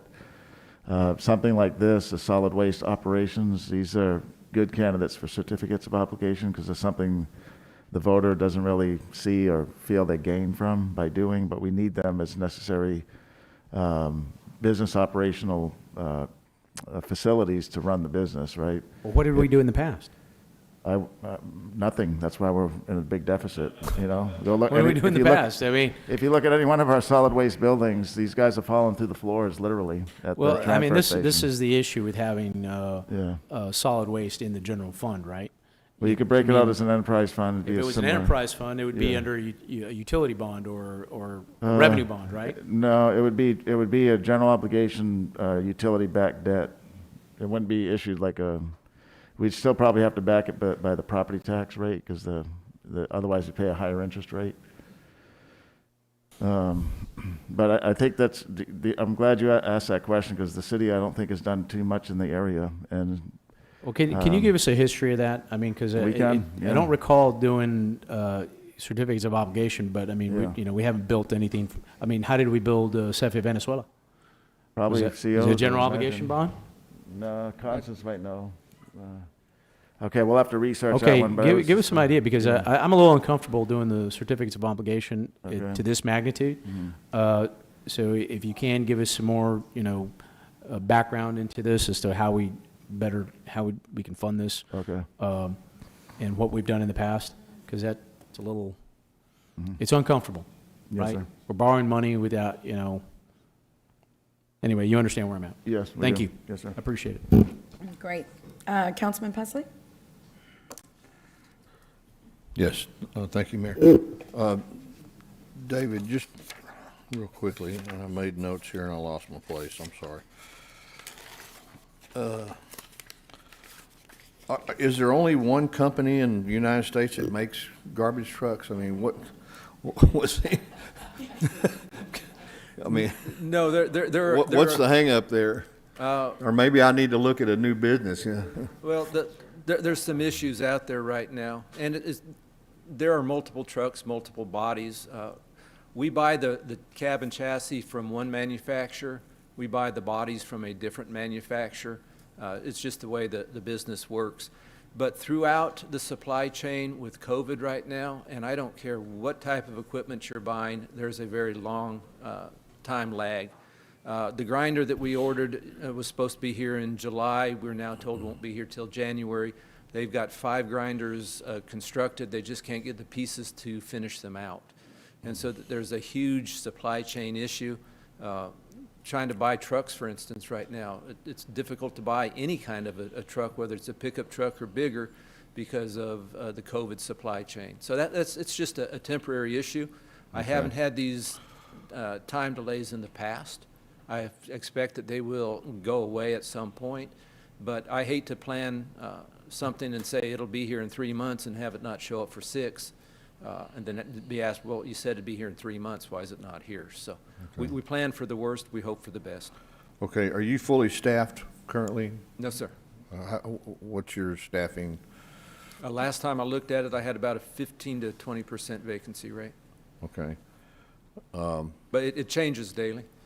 I understand that. Do you think that's high or low for your department, or are you? It's probably a tad high. My experience with the solid waste business is it has a very high turnover. We are not the go-to career for many, many people. Right. We also, we're required to hire a high level of CDL driver. Our trucks are not the easiest trucks to operate. It's, you know, a CDL driver can operate a dump truck. The same driver can't operate a garbage truck because it's a higher level of technical skill. I think we're in pretty good shape right now. We've done some work with wages and whatnot. We've done a lot of work on hiring. Personnel's been helping us tremendously to try to get more people hired. I think it's just a matter of the. Well, so my point is, across if the your country. staffing is down 15%, that's going to impact your overtime. Definitely. Yeah. Yeah, I'm You down. have to make it up somehow. I'm running 4 routes short today because of staffing issues. Right. I just don't have people to man all of my routes. Okay. And you're advertising for people on a regular basis, and We were participating in career fairs. We've been working with personnel. We've changed the way we advertise jobs. The personnel department's been very proactive in this. Yeah, we're trying, but you know, when you're competing against the oil business for CDL drivers, it's a pretty tough sell. Yeah, and Councilman, this is across the whole organization, so we have heavy truck drivers in Public Works and utilities, but HR is plugged in, as is the executive leadership team. well, and every time the So, oil yeah. business picks up, you lose all your heavy Yeah. equipment drivers. They go to the oil Right. business because they pay 3 times as much, so. Yeah. But I'm also involved with directors from cities all across the state of Texas in a board that I'm on. We're not unique in this. The solid waste business throughout the state of Texas is suffering drivers right now. There's a driver shortage out there, and it's hard to find them. Yeah. We're doing a pretty good job with what we've got. All the trucking companies have the same problem. Okay. Explain to me again now on your compost, you're going to make some sort of business arrangement with nurseries to provide that to them or sell it to them? Tell me again now how you're going to do that? My recommendation is that we use it as a business model where we become a supplier to the nurseries. Okay. Your gardener does not go to his garbage man and say, hey, I need to grow some grass or some plants or some bushes. What do I need? He goes Right. to the nurseryman. The nurseryman has to buy his compost from somebody. Right now, they're hauling, most of the compost is coming from San Antonio, some of it from Houston. We want to be their supplier of choice. Okay. And so we will sell it to the nurseries and let them market it to the customers. Another revenue stream. Okay. And just real quickly on your proposed rate changes, for commercial collection customers, you're going from $33 to $37. So that's a 1 month, they pay that fee monthly? Yes, sir. The commercial haulers who bring trash to our landfill? Okay, we currently have 2 types of customers that we collect the trash from, residential and commercial customers. That would be your small storefront. Okay, or so something. these are commercial customers that you're picking the trash up from? Okay, all right. And so, and they're also gonna pay an up fee for, not only for you picking it up, but for you putting it in the landfill, is that right? Their cost is fully encapsulated in their monthly fee. Just like the resident spends a monthly fee, it includes landfill So disposal. the SIFI landfill commercial haulers, so that's commercial haulers who are bringing, Right. We have 8 or 9 commercial haulers in town that bring us their waste. These Okay. are the ones that service the big dumpsters at the grocery store, at the box store, at the, Okay. the county buildings, that pick up their waste out of the big dumpsters. They then haul it to our landfill, and we charge them for the use of the landfill. okay. Okay, and in closing, I just want to say, David, you and your guys do a great job. I've had interactions with Paul and Philip and yourself, and I just want to compliment you on how quick you are to respond to, when we have special issues come up, like, I called y'all about some garbage that got dumped in an alleyway, and y'all responded right away. And so I think the addition of this cleanup crew you're talking about, we've used that in the downtown TERS area that the DMD provides funding for as well, and it's worked very well for the downtown area. So we probably need 3 or 4 of those crews. I don't disagree. Yeah. I don't think Thank one you. crew is That's going all to I be had. enough for our Thank you, city our Councilman size, Green. Peter, to be honest with you. David, yes, thank you for everything you guys do. You're critical to the city and to quality of life for our residents. So with that said, I think we are done. We appreciate your time and patience. Peter, is that all we Yeah, have? yes, Mayor, yes, and I don't have my calendar in front of me, but I think the next event is Monday, this coming Monday, right? Is it District 1? We have a community workshop? That's correct. Okay, so 6 o'clock this coming Monday will be our first community forum, engaging the Library community. on Mackenzie. Yes, sir, the Library Mackenzie, 6 o'clock, and then Tuesday's our council meeting. Wednesday, we'll have another community forum. Thursday, we have a work session, and I think a forum. So we have a busy, Thursday. yeah, next week. Next week, we have 3 community workshops and a council meeting and a budget workshop. So I say that to say, make sure we rest up this weekend. Right, no going out. Okey-dokey. And I Okay. invite all council members to the first meeting on Monday. Okay, good, yes. Okay, great, so Yeah. we're done. So with no further business, I adjourn the meeting.